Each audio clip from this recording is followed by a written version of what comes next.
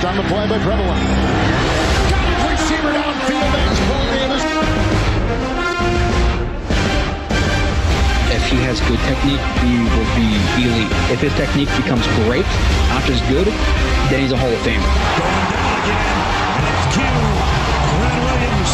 Fighting through contact, fighting through offensive line, being a double team, multiple moves stacked into one, just a play of pure domination.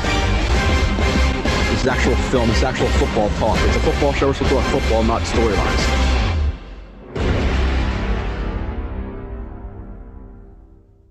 And you are watching another live stream edition of Blewett's Blitz. I had a little bit of a scare there, Kyle, trying to go live. I just got the pinwheel, so thankfully we're live and we don't have another repeat of a couple of weeks ago with me and Nania. We were like 30 minutes late, but good, sir. How are you? Back from the COVID list. How are you feeling? Nah, pretty good, man. Yeah, getting better, man. I mean, it wasn't fun. I'm not gonna act like it was nothing or anything, but you know, I had to take a decent amount of days off from the gym. That wasn't fun, but I'm back hitting it now. Ronald Blair making plays on the field. Yeah. It feels good to be back. You know, I wasn't good to go last week, but you know, I think I'm definitely, you know, in the clear now.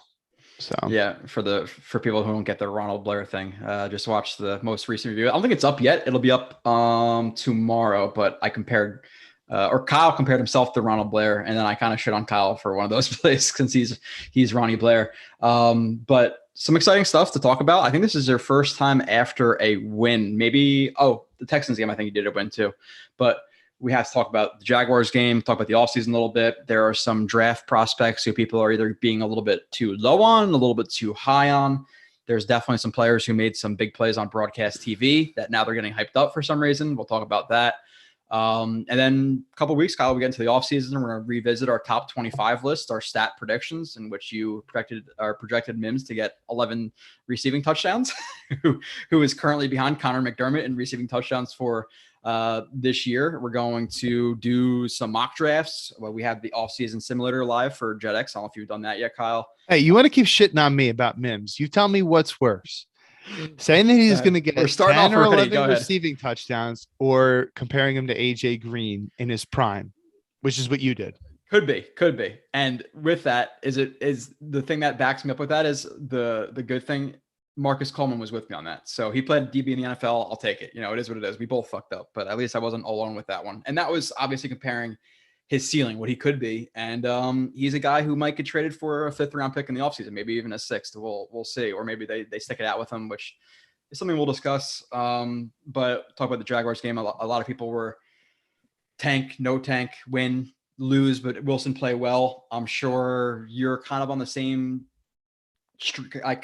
pace I was on at the end of the game. Like, okay, listen, he played well. I was happy with Wilson.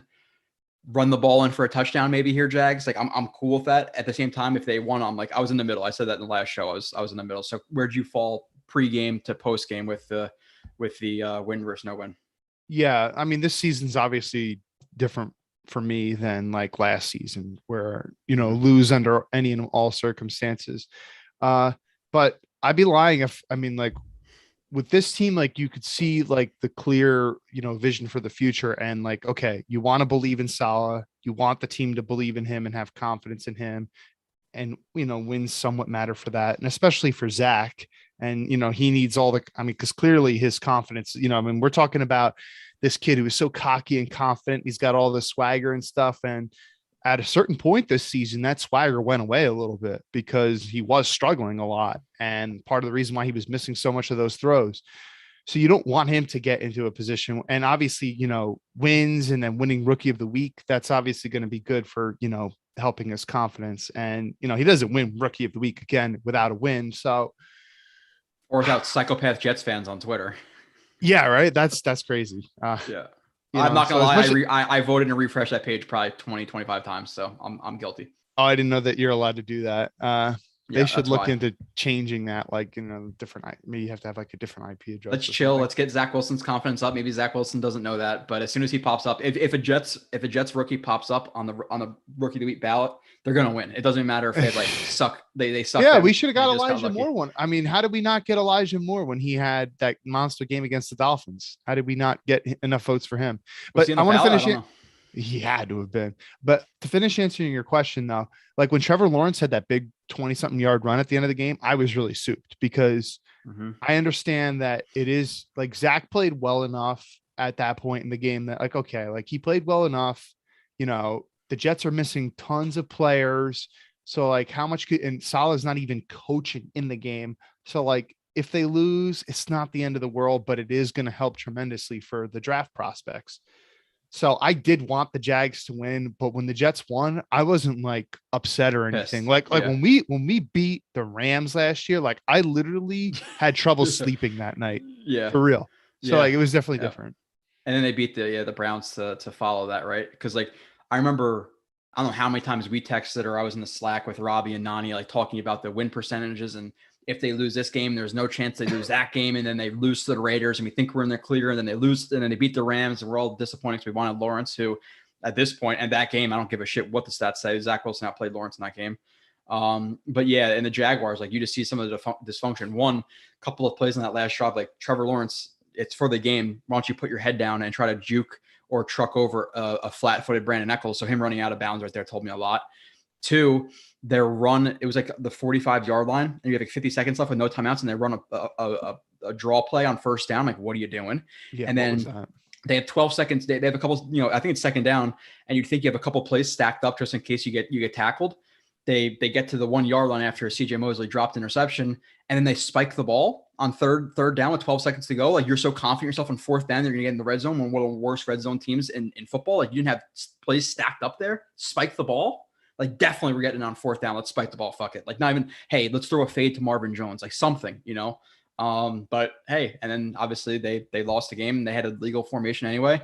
If Marvin Jones did end up beating Guidry, it wouldn't have even counted anyway, and they would have moved back 5 yards, and it's fourth and goal from the 6.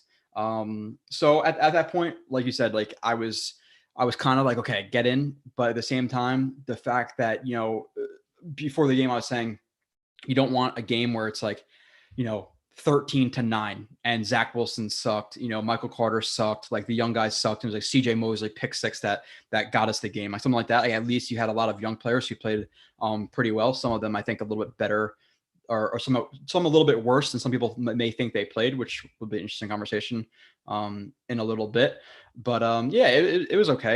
I get the whole confidence thing. I'm fine with it. And we'll see what happens. I think the Texans are number 3 pick, right? And the Texans play the Niners this week. The Niners are hot and cold, and maybe they get the 3rd pick, and then a team trades up to number 2 to draft whatever quarterback, and the Jets end up with what's his name? Hutchinson at 3. You never know what's going to happen. So we'll see. What is up? And Elias? how could we be so sure that Detroit's not going to take a quarterback? I mean, they really want to stick with Jared Goff?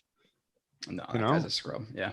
What's up, Elias? Who just subbed apparently. Love the offseason semi. Yeah, we just updated again. We're gonna keep updating it.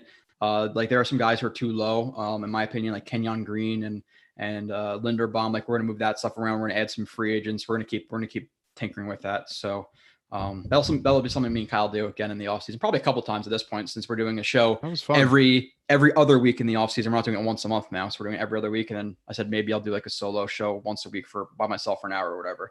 What's up, Verge, Kevin, Shadow, Yoshi, Scott?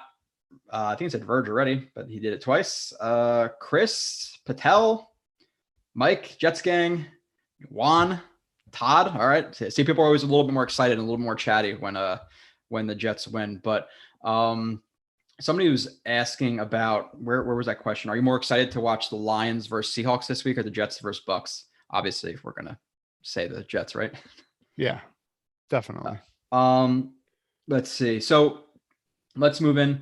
Zach has more rookie of the week than Sam. Yeah, but I still think at this point Sam had more impressive performances than Zach. But let's start off with Zach. Screw it. It is what it is. It's just the easiest launching point for conversation. So thoughts on Zach. of course, there are those people out there who are going to look at the stats. Maybe they don't watch the game. Maybe they don't pay attention. Maybe the only thing that matters to them is fantasy football points, whatever it may be.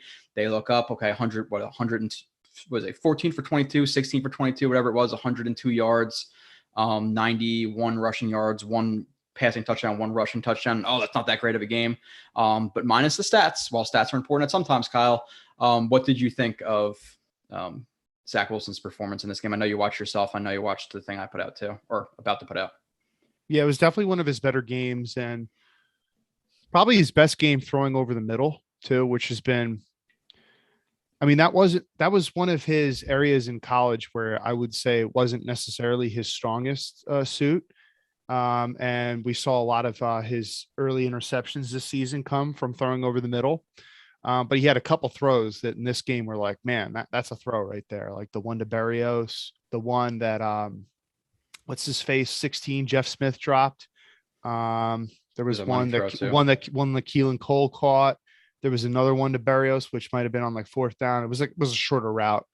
But yeah, like he was decisive, planted his foot, throw it.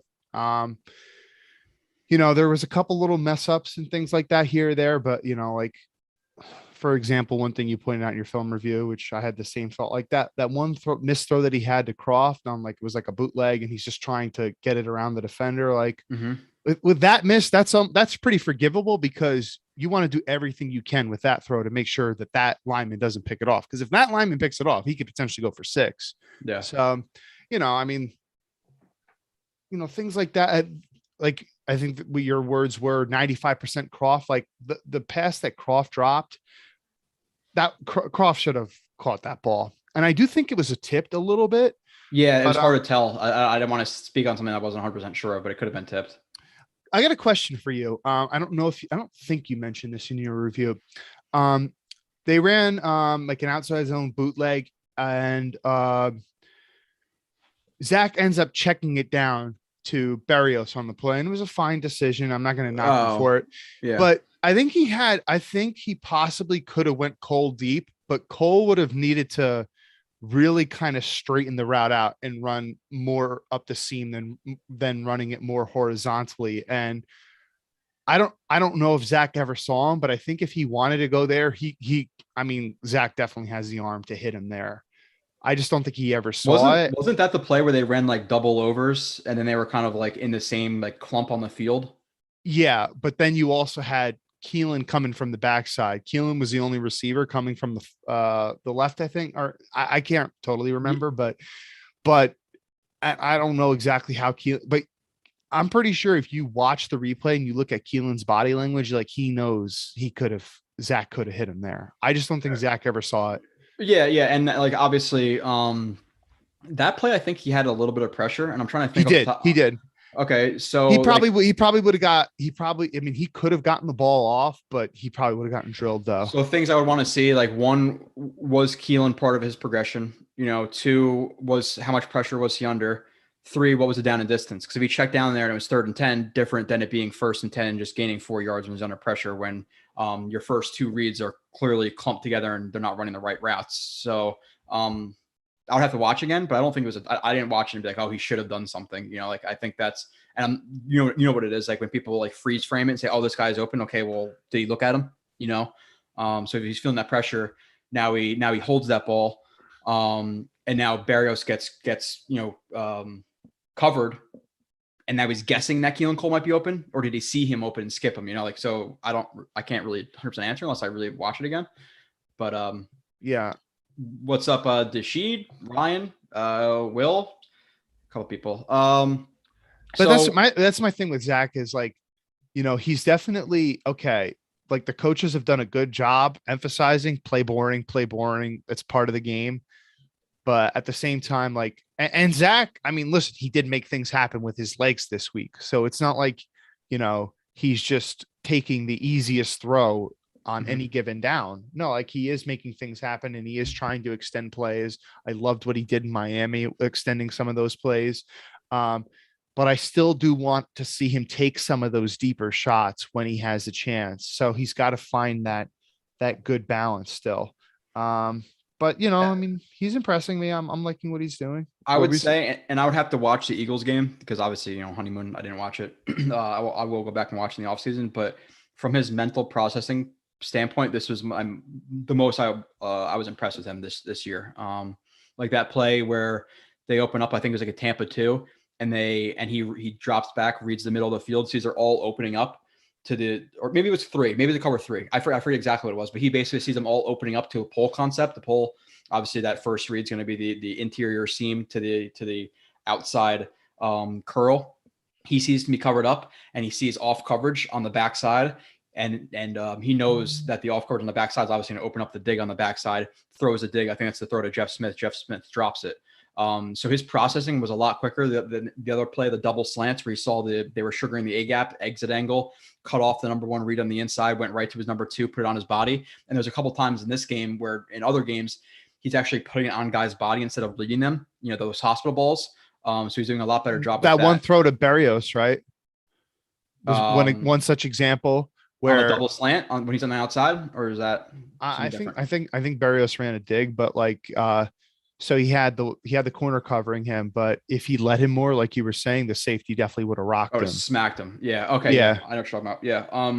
So because he put it on him, Berrios was able to catch it and avoid a bigger hit. His processing of because that pull read's supposed to be it was the pull with a flat. So it most likely should have been, to his right, 1, 2, 3. And he went to 1, saw the defense in relation to that 1 and skipped 2 and 3, went to 4. And I was like, damn, that's high speed, because there's some rookies who, okay, I have to go to 1 to 2 to 3. But if he's recognizing coverages and he feels that 2 and 3 aren't going to be open, go to 4 on the backside. And he did that a couple of times where he was going through his reads. There was a couple of times he drifted back in the pocket, didn't like to see that, but there were some times he was also more comfortable in the pocket. The only 4 bad plays that I think he really had was one, the Tyler Kroft throw, which again, in context, he was trying to sidearm it and he adjusted his arm angle to get around the defender. So yeah, it went a little wide. I'm not going to kill him for that. People miss that throw all the time. The other bad play was the high ball to Kroft. It hit Kroft in both the hands. And if you're looking at where he's throwing the ball, he's trying to get over defensive linemen. So I'm not going to kill him on that. Kroft dropped it, and he did a great job, obviously, getting the ball out on a pick. But those are 2 plays to Kroft that really aren't that bad at all. And then the other plays I will criticize him a little bit for, even more so. I think it was the first throw of the game, Mims, honey hole between the curl flat and the deep half. Has to throw that earlier, and you can see he hesitates. He gets to the bottom of his drop, hesitates, then throws. If he doesn't hesitate, it gets there. And if he throws it with better location, outside and high instead of inside and low, where the safety had a great chance, or not a great chance, a chance to pick it off. It would have been a hard play to pick off, but obviously he dropped it. And I talk about in the film show that based on pre-snap alignment too, he had to rush his process because he was pretty, that safety was pretty heavy to the outside there. So that play. And the Mims throw in the red zone, he needed to throw that more to the middle of the field. He threw it kind of on Mims when he was turning. He needed to lead Mims into an easier pass. Mm-hmm. But other than that, so we're talking about 2 bad plays, because both Kroft plays, I'm not going to kill him for. So we're looking at 22 dropbacks, 2 like legitimately negative plays for me. Both throw to Mims, and one was a scramble drill. But point out the worst mistake of the game though. In your review, you were saying this is the worst play of the game. It was like he was kind of falling down and he threw the ball and it could have been picked. Oh, okay. So that's 5. So it's really 3. Yeah. So that was the worst mistake of the game where I forget exactly what happened, but he got rushed and then he had a chance to throw a ball while being brought down. If he was 100% sure he could throw it, but it had to be at that precise moment when he was still square to the receiver, because then you can still get a little bit of that upper body, strength to get that throw in there.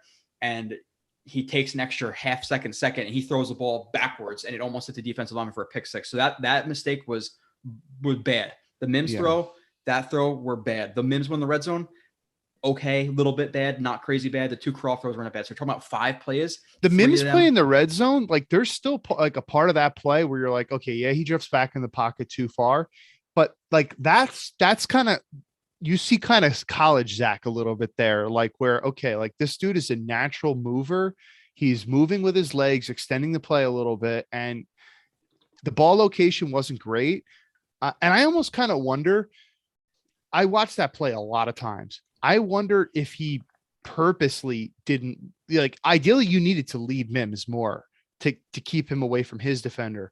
But I wonder if, cause there was another, defensive back on some other one of the Jets receivers. And I wonder if Zach was scared that guy could drop off and make a play on the ball. So he purposely tried to not lead him too much to keep it away from that other defender. Did you wonder that yourself? I'm not sure. Yeah, I thought it could be a possibility. And that's why I kind of put that play in like more of like an average. Like it wasn't a bad play, it wasn't a good play. I would say it's slightly more negative. But again, other than that, you have the cover 2, the honey hole where he hesitates and throws it too far inside, and the throw where again he's falling down, just take the sack.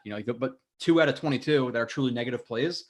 Like, and then you have all the other plays of him skipping reads because he's seeing coverage and knows what's going to be open. The accuracy, obviously the scrambling ability, which a lot of people who were like watching that were saying, oh well, next time he's going to get smacked when he's about to run out of bounds and he faces running out of bounds.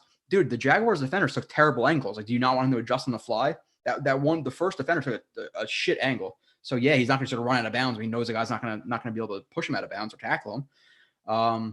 So that was great. Obviously, I do like the way he was tucking the ball too once he got into space when he was running.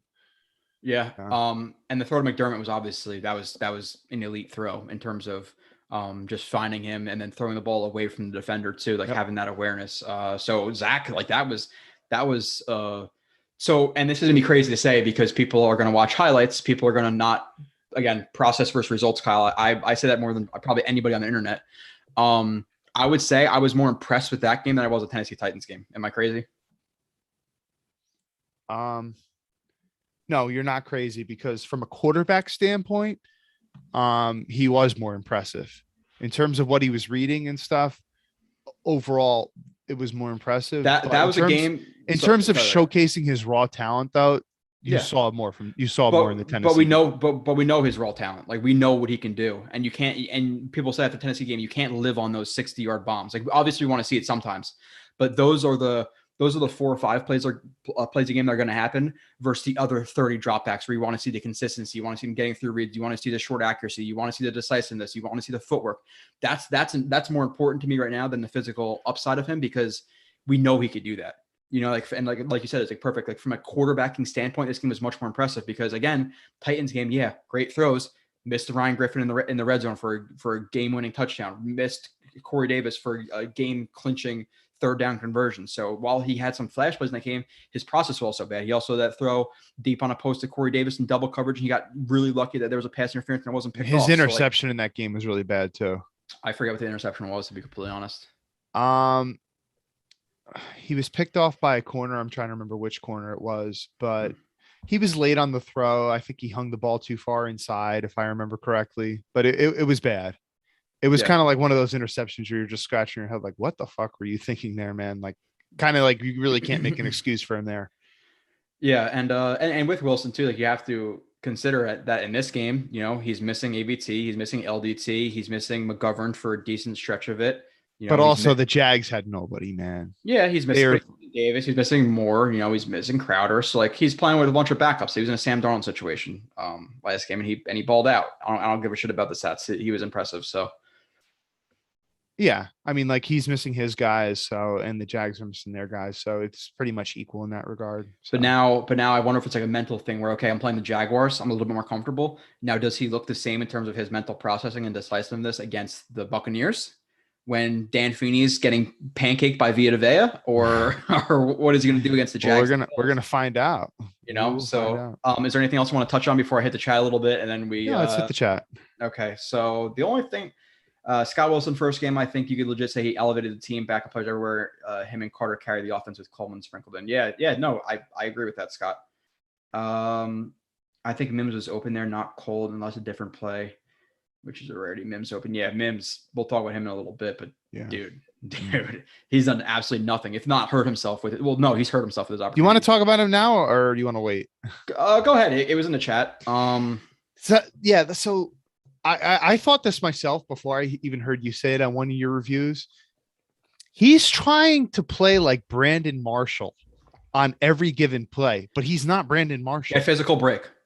Yeah, he's trying to body dudes. Like, bro, you are physical. Like, you can run block pretty damn well, but you're not 230-pound Brandon Marshall, 6'4". Like, that's not your game. Like, what are you doing? But like, yeah, there's no nuance to his routes and how he's trying to separate. It's really, really, really bad. I don't get it. He's getting pre-snap penalties. He ran out of bounds this game. He's dropping the ball. The one play over the middle, I don't know if it was this game or last game, but like he's running a route, like trips over the middle, like that eliminates his read. Like he can't do anything right, dude. And this is the thing too. Like we were all questioning the coaching staff in the offseason. And then what did we say, Kyle, when we did that live stream? Like Corey Davis kind of insinuated that he wasn't working hard. And then you have reports of beat reporters who are coming out. I forget who exactly, maybe it's Connor Hughes coming out and saying like, you have guys who are running ladder drills and all this stuff, and they're all doing it quick as hell. And Mims is dogging it. So like he's dogging on the practice field, he's dogging it in the film room, and he's getting sick. All this stuff, like we're getting sick is not his problem, but it obviously adds to the issue.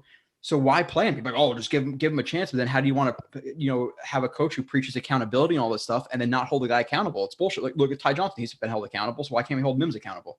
But it's weird though, because like, okay, so at times you see good effort. Like, for example, what you highlighted in the Bengals game, like on the interception where Mims helped hawk the player down, save a touchdown. Yeah. Like there's great effort there.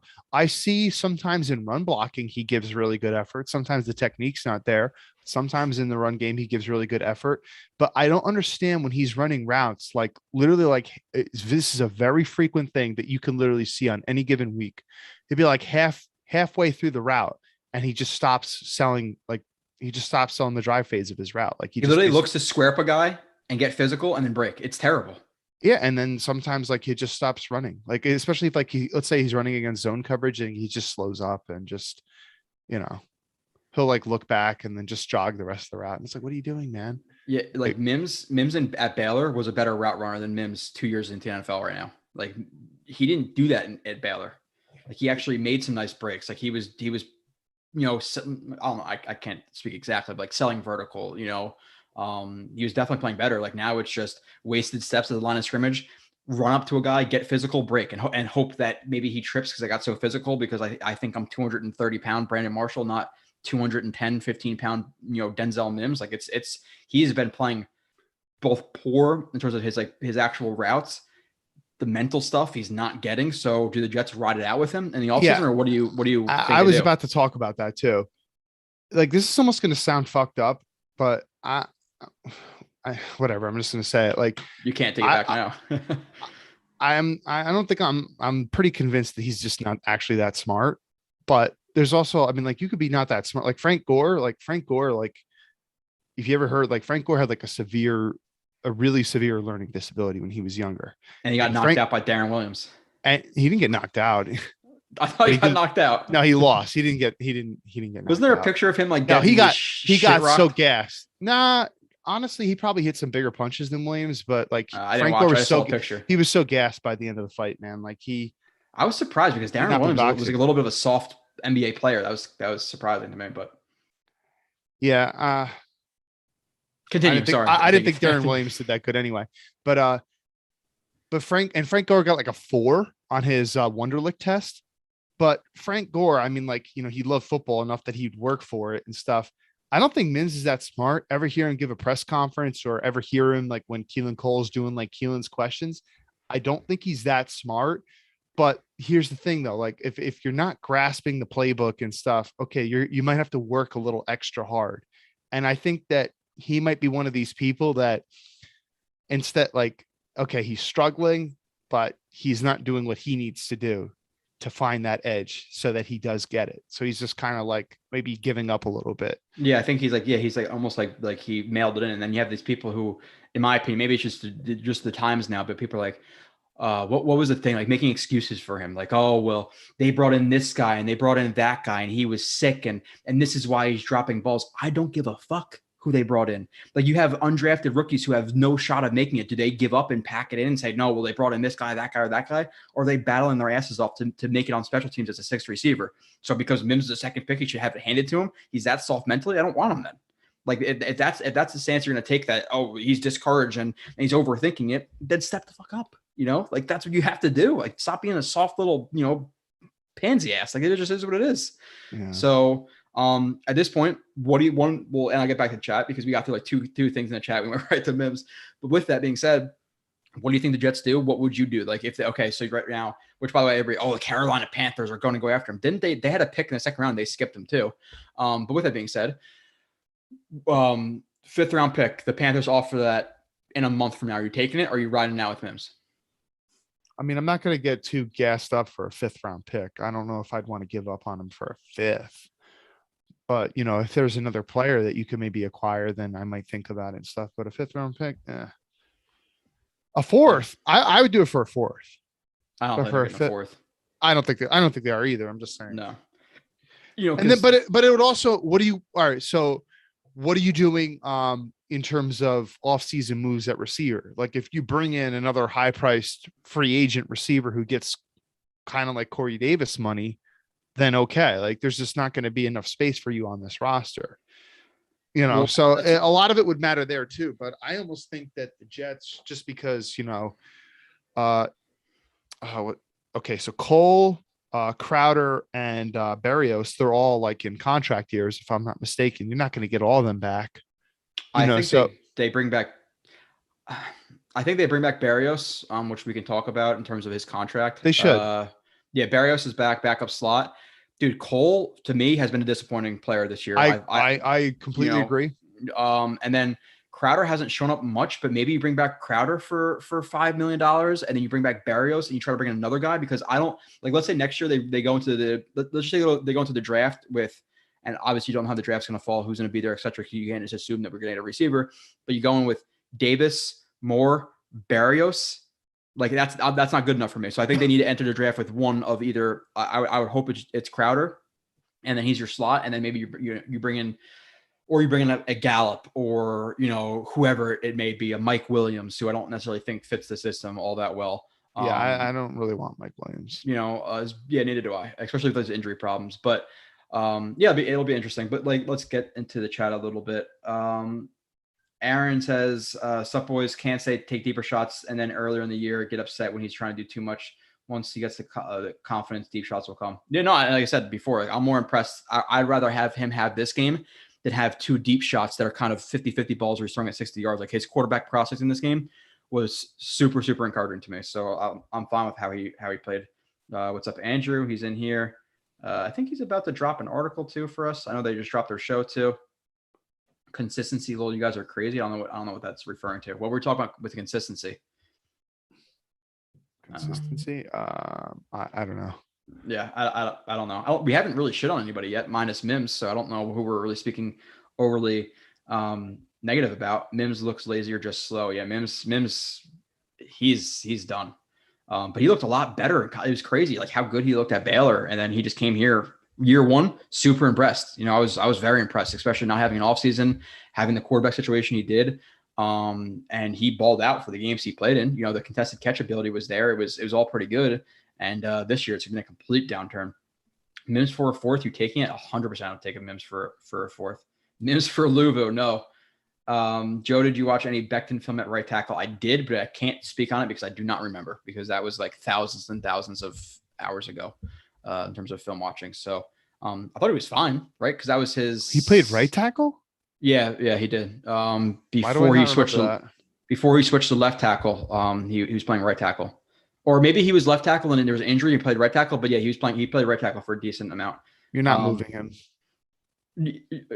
Yeah. People, again, now the consensus is, it seems, not maybe not a consensus, but there's at least a good amount of chatter about, okay, Fant, who again, that's all. Nobody liked him. I did. With that being said, he's playing really well at left tackle. Like he's at top half of the league at minimum left tackle, if not top 10 left tackle right now in terms of like his numbers and how well he's actually playing. So now the conversation is, okay, well, he's not as good as right tackle. Do you move Becton over to right tackle? So kind of what are your feelings on that? No, there's no way you do that. Listen, I mean, Becton is a question mark if we're being honest. I mean, like this. Everybody, there's a lot of people concerned about his very frequent injuries last year, and with good reason. Okay. And then he did nothing to quell those concerns this year, because not only did he get the big injury this year, okay, well, he averted something like a season-long injury, but what's the reason why it ended up basically being season-long?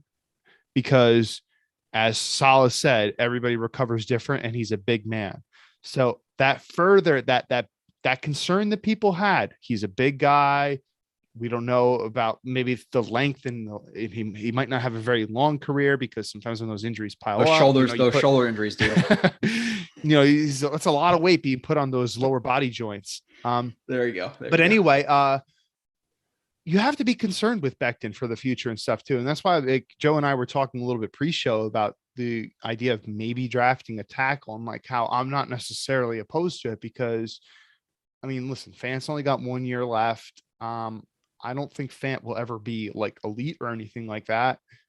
Even though he was very good this year, very, very good this year, but he is a little bit on the older end himself. And Becton is still a bit of a question mark. You guys are lying to yourselves if you're telling yourself you're not concerned about Becton, because I am, and I really liked what I saw from him last year.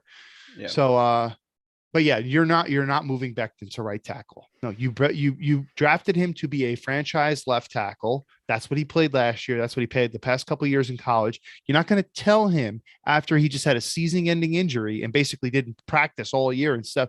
Oh yeah, you're also going to be making a transition to right tackle next year after you're coming off a season-ending injury. Even though we drafted you to be a franchise left tackle, and you're not doing that. No chance in hell. Yeah, if you can go back in time, like imagine just taking Wirfs there and signing, obviously having Fant and playing him where he's comfortable. But the only thing I will push a lot of us liked Wirfs better anyway, though. Yeah. The only thing I will push back on, and Wirfs was above Becton on my big board. That's somewhere out there. But with that being said, the only thing I will push back on a little bit with Fant is he's like 29, but he doesn't have a lot of miles, on him because of obviously the late. Well, not he was a tight end and then he switched to tackle, but in the NFL, he didn't play for a couple of years. Yeah, he didn't play for a couple of years. So I think Fant, if he's playing, even let's say it's a little bit of a drop. Like let's say it just clicked for him at left tackle. And let's say just hypothetically, he's the 11th best left tackle in the league right now. However we judge that, right?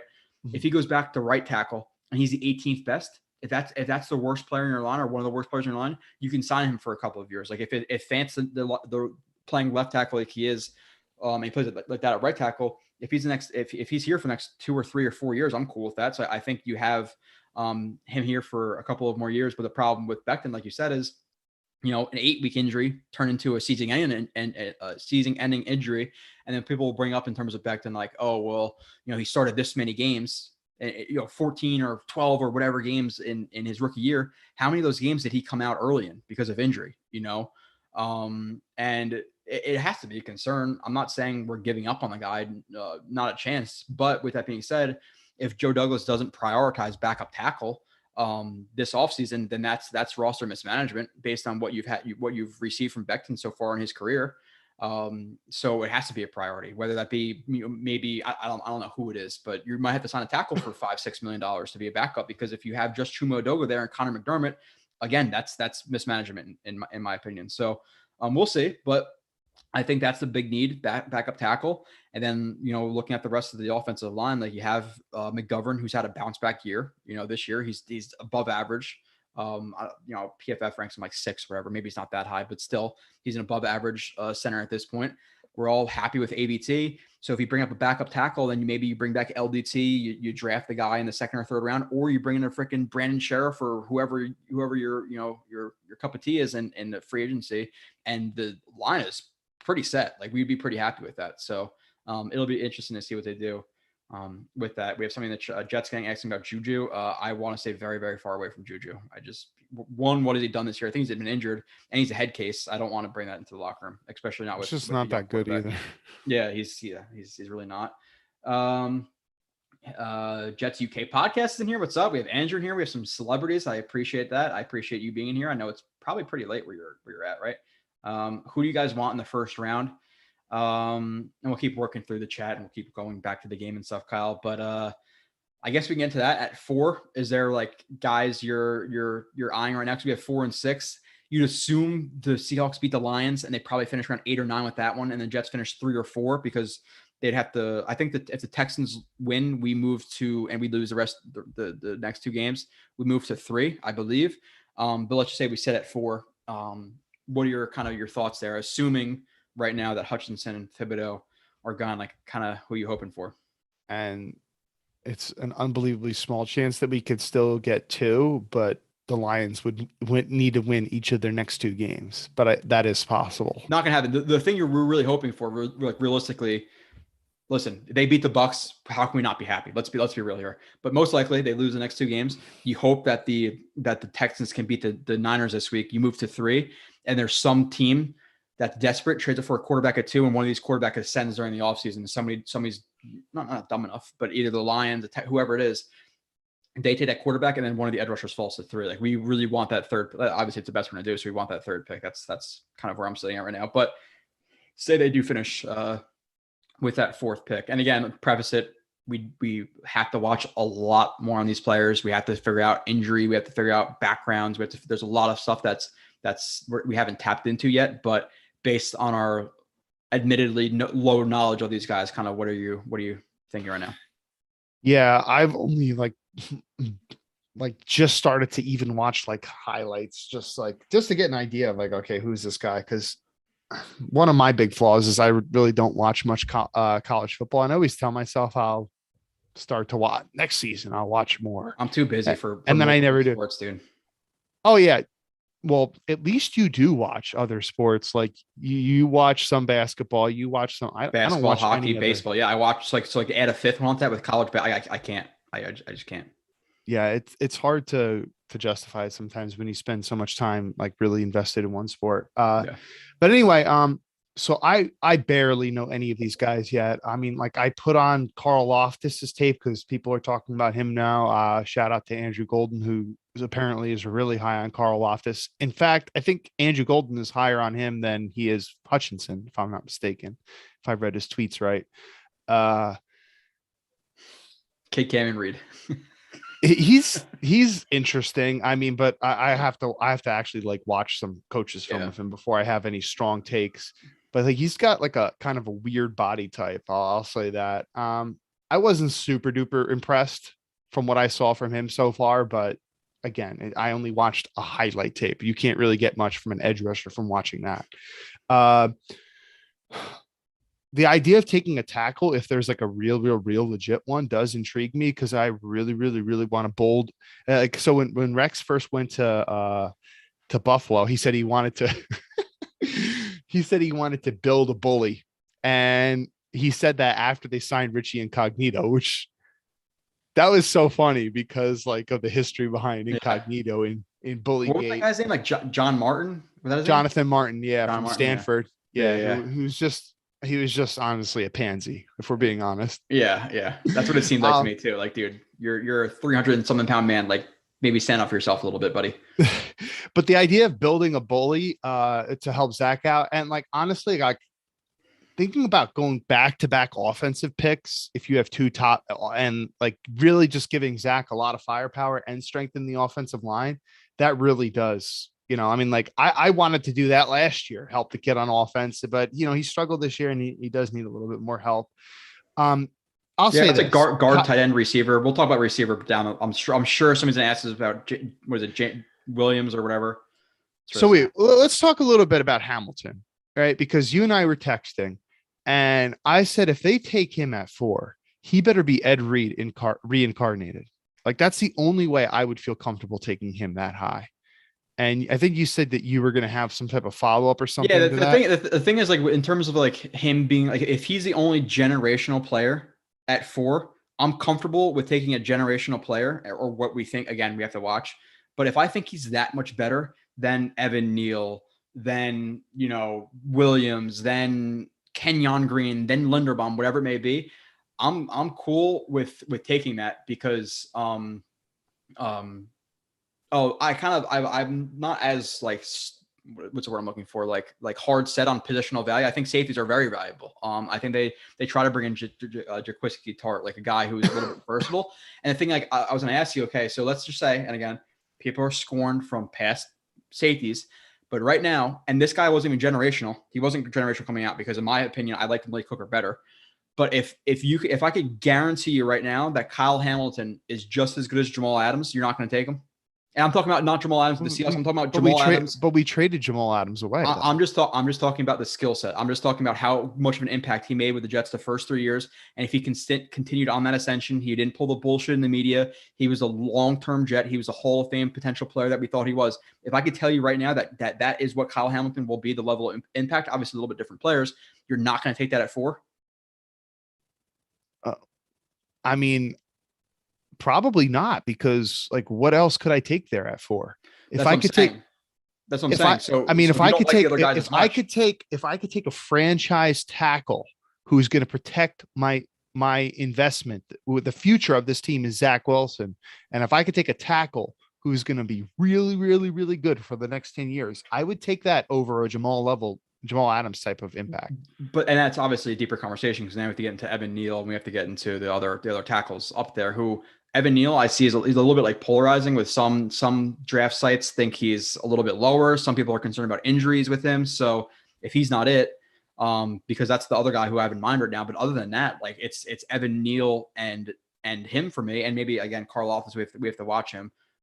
He has a late ascension, but typically, and I'm not accusing Andrew of this or anybody of this, but in my experience with like draft Twitter, Jets Twitter, is once they kind of fall out of a spot for a certain guy, they'll convince themselves of other guys, so we'll see what Carl Loftus is, but I'm kind of between Neal, Carl Loftus, and what's his face, and Hamilton at this point. But I'll say this: you would.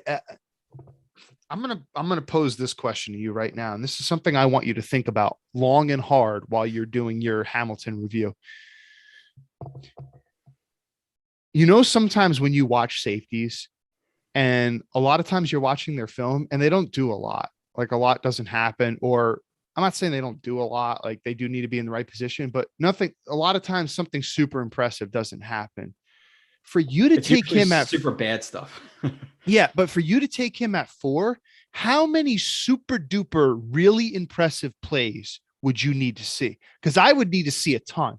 And when you're watching safety film, I don't think you're going to get that many plays to say, wow, that is fucking impressive. Like a drop the pen moment, as Daniel Jeremiah likes to say, like you just drop the pen and you're just in awe of the play you just saw.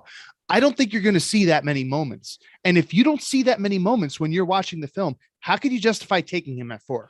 And that's obviously part of the discussion we have to have down the road, because we don't just watch a 5-minute highlight tape and say, okay, this is great. So that's a discussion that we'll have after I watch that film. And if I need, have multiple drop the pen moments, as you say, then we'll talk about it. I don't know if he's generational. People talk about generational. I throw that word around all the time, and it's usually never the case. Even the Lawrence thing, generational. We came on here even when we had the chance to pick him. We were kind of like, I like him, but I don't see the Andrew Luck compare. Like I don't see that level of player coming out. You look at his offense again, a lot of screens, a lot of first read stuff. Like we were kind of like, yeah, I like him a lot. Obviously, we wanted him, but he didn't really fit that generational type thing to me. But let me get to the little bit of the chat before we're on the first round, and really quick before we even do that. But the whole receiver thing, because we're already in the draft. Kyle, if you had to list your needs on the Jets right now, where does receiver fall? Like 7th, 8th, 9th, 5th, 2nd? It's definitely like way down there. Like receiver is one of the stronger position groups on the team, a team that's not very good, but it is higher than I was expecting it to be, because I wasn't expecting Denzel Mims to be a bust. Yeah, I was expecting Keelan Cole to be a little bit better. Yep. I was expecting more from Crowder, and I was expecting more from Corey Davis too.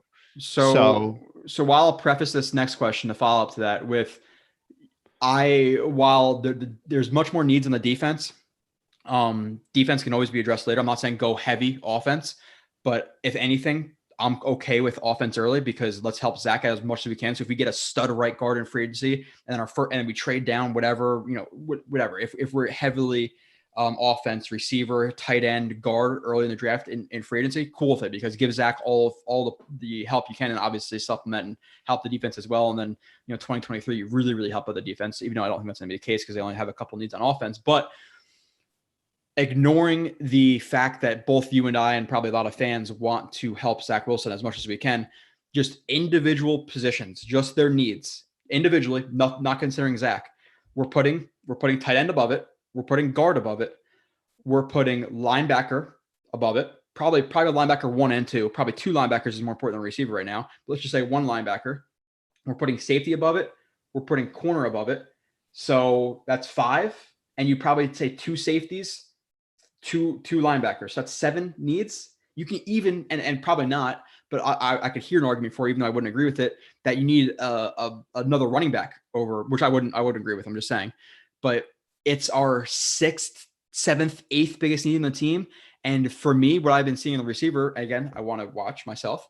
Always had to preface it because people will come at you, even though they're the people who only watch a 5-minute highlight tape and think they know the guy too, but it is what it is. The receiver class to me this year, from the little research I've done, it seems like there's a lot of like guys who are kind of clumped in together where there's no Jamar Chase. There's no number 1 guy. So people are kind of falling in love with one guy and they want to draft him at 7, 8, 9.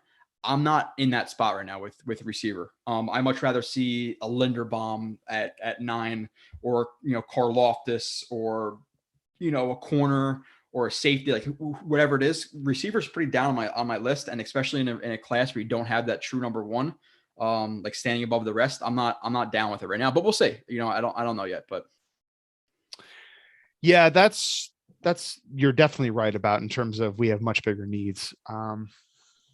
There's one thought that came into my head just as you said that, though. Any position can bust out, right? And we were just watching one of these guys in this past game, the Ole Miss receiver that was playing for the Jags, number 18, Treadwell, right? Like, he was an obvious example of a bust. Like, I mean, a lot of people were shocked that he went so late. I think he went like 23rd in the draft. They're like, oh man, this guy should have been a top 10 pick. But I'll say this. Like, someone like Jamison Williams or one of these other top receivers, they probably have a higher percentage of being a stud at the next level and have less of a chance of being a bust than somebody like a Karlaftis or something like that. Like, I think the bust rate for like an edge rusher or even like a lineman is like higher than that for like a receiver too. So I don't know. I feel like when you draft one, if you were to draft like a receiver like that, who clearly he's not like one of the biggest needs for the Jets, he'd probably, have a pretty high percentage of turning into a fine player. But and that should also be factored in. But I agree with that.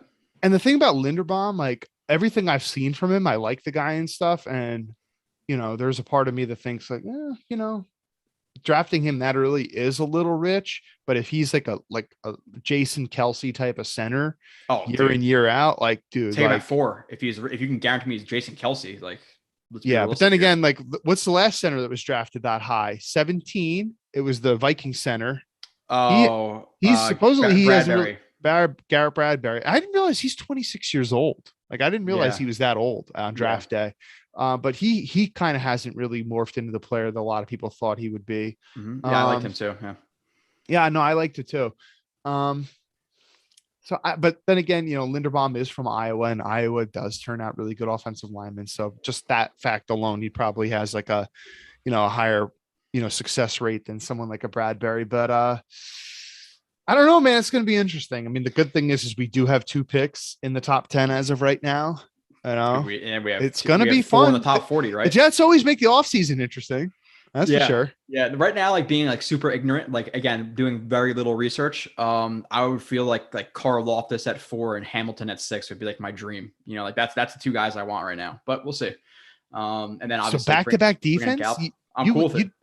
And the defense, dude, this is the worst defense that you or I have ever seen. And that's preface that by saying, if they bring in a couple of free agent offensive players, like, let's say they're bringing like Schultz, I don't know, Gerald Everett and what's his face, like Sheriff, like, yeah, okay, fine, because I don't see, to me, this looks like a really top heavy defensive draft, minus maybe Neal and some of the receivers, but it seems like the top 10 is stacked with defensive guys, so I don't want to reach for offense, when we need a lot of players on defense as well. So moving through the rest of the chat, because we got into that for a little bit. Somebody asked, Alex asked who your top draft targets beyond KT and Hutch. That kind of answers that.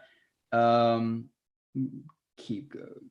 I know Fant can't run block, but he's 29. I extend him another 3 years. Yeah, and it's not that he can't run block. He's it's a just fine not, run blocker. Yeah, it's he not. just doesn't move guys the way that You Becton don't- does. But he a can get to power the team- second level and cut somebody off though. A power team is not going to sign him, but in terms Yeah. of zone blocking, you don't need to be powerful. Like It's fine. especially in zone blocking, there's a lot to being said for getting to the second level and latching onto a guy and just staying in front of him. Fant can do that. If you're expecting Fant to get to the second level and just smash someone into the dirt, that's not really who he is. But there is a lot to be said for that, and he is pretty good at doing that. Yeah, Mike highlights people talking about Fant that he has another year before free agency. He's going to pay $10 million this year. Now people are talking about, okay, well, if he, and this is another conversation too with him, like, and it's an interesting point that people brought up in the chat. Like, if he's more comfortable at left tackle, he's clearly been better at left tackle. Does he get signed to be a left tackle and get offered more money than the Jets than he would get at being a right tackle? That's a conversation to have too. He should I mean, listen, the pay gap percentage wise used to be bigger between left tackle and right tackle. Because the blind side, that was emphasized more back in the day than it is nowadays. Although, left tackles still do have a bigger pay average. But he should definitely make that argument that, hey, listen, I play left tackle. I played a whole season at left tackle. I did he signed with the Jets job being a left tackle. That's where he thought he was playing. So he should not take any small contract from the Jets. He should play out this year and just bet on himself. That would be the smart move for him. Somebody asked if I think Moses is going to be back next year. I don't. I think he's going to want to be a starter. Yeah, he wants to be a starter. He's not going to come as a backup. Fant and back the next year, the locked-in starters, Moses doesn't really have a chance, in my opinion, based on how Fant has been playing. And two, the Jets got lucky with him, a $3.5 million contract. They're not going to get that again this offseason. Somebody's going to want a starting tackle. He's a starting level tackle. He's going to get paid $7-8 million a year, and the Jets aren't going to be able to hike that up for a backup, I don't think. Chris says get George Kalafis and Davis Ajabo, pick him up the first round if you don't have to worry about. Yeah, we'll talk about a lot of drafts once we do more research. It's no guarantee Jacksonville goes edge. So if we pick third, we can get Hutch or Tibb. Yeah, that you hope that maybe they like Evan Neal, they fall in love, or you hope that a guy people trade up for a quarterback. Like, and people are going to be going crazy about it. And like we finish third overall, people are losing their mind about winning this game, and we end up with Hutchinson. Okay, that would be ideal. The Jets, if the Jets can get, if you have a healthy Carl Lawson, and then you have another legit dude coming off the opposite edge, and then you have somebody like guys like Bryce Huff as a backup. If this defense will be worlds better than, and you sound like a decent level starting corner next to Bryce Hall and like another safety. Like, dude, if you're rushing, let's just say it's Hutchinson, Carl Lawson, JFM, and Quinnen Williams. Like, dude. By the way, did we shout out the first super chat that we got? I'm scrolling on the chat right now. I'm trying to get to everything. That's why I'm moving through. Chris, cheers, fellas. Happy New Year's. Appreciate that, Chris. Thanks, Chris. All had a good holidays. And I'll scroll to the next one because that's a big one. So I'm going to move to that. Todd M, love the content. Have a great New Year's, guys. Todd, that's a big deck super chat, like we like to call it. So really appreciate that. For sure. Thanks, Todd. So, yeah. Hey, I'm hoping you guys are all having a good season, a Christmas and holiday season. Obviously a lot of it's been affected with COVID. Like every single person probably has COVID right now. It's just ridiculous, which is what it is. That's a conversation for a different day.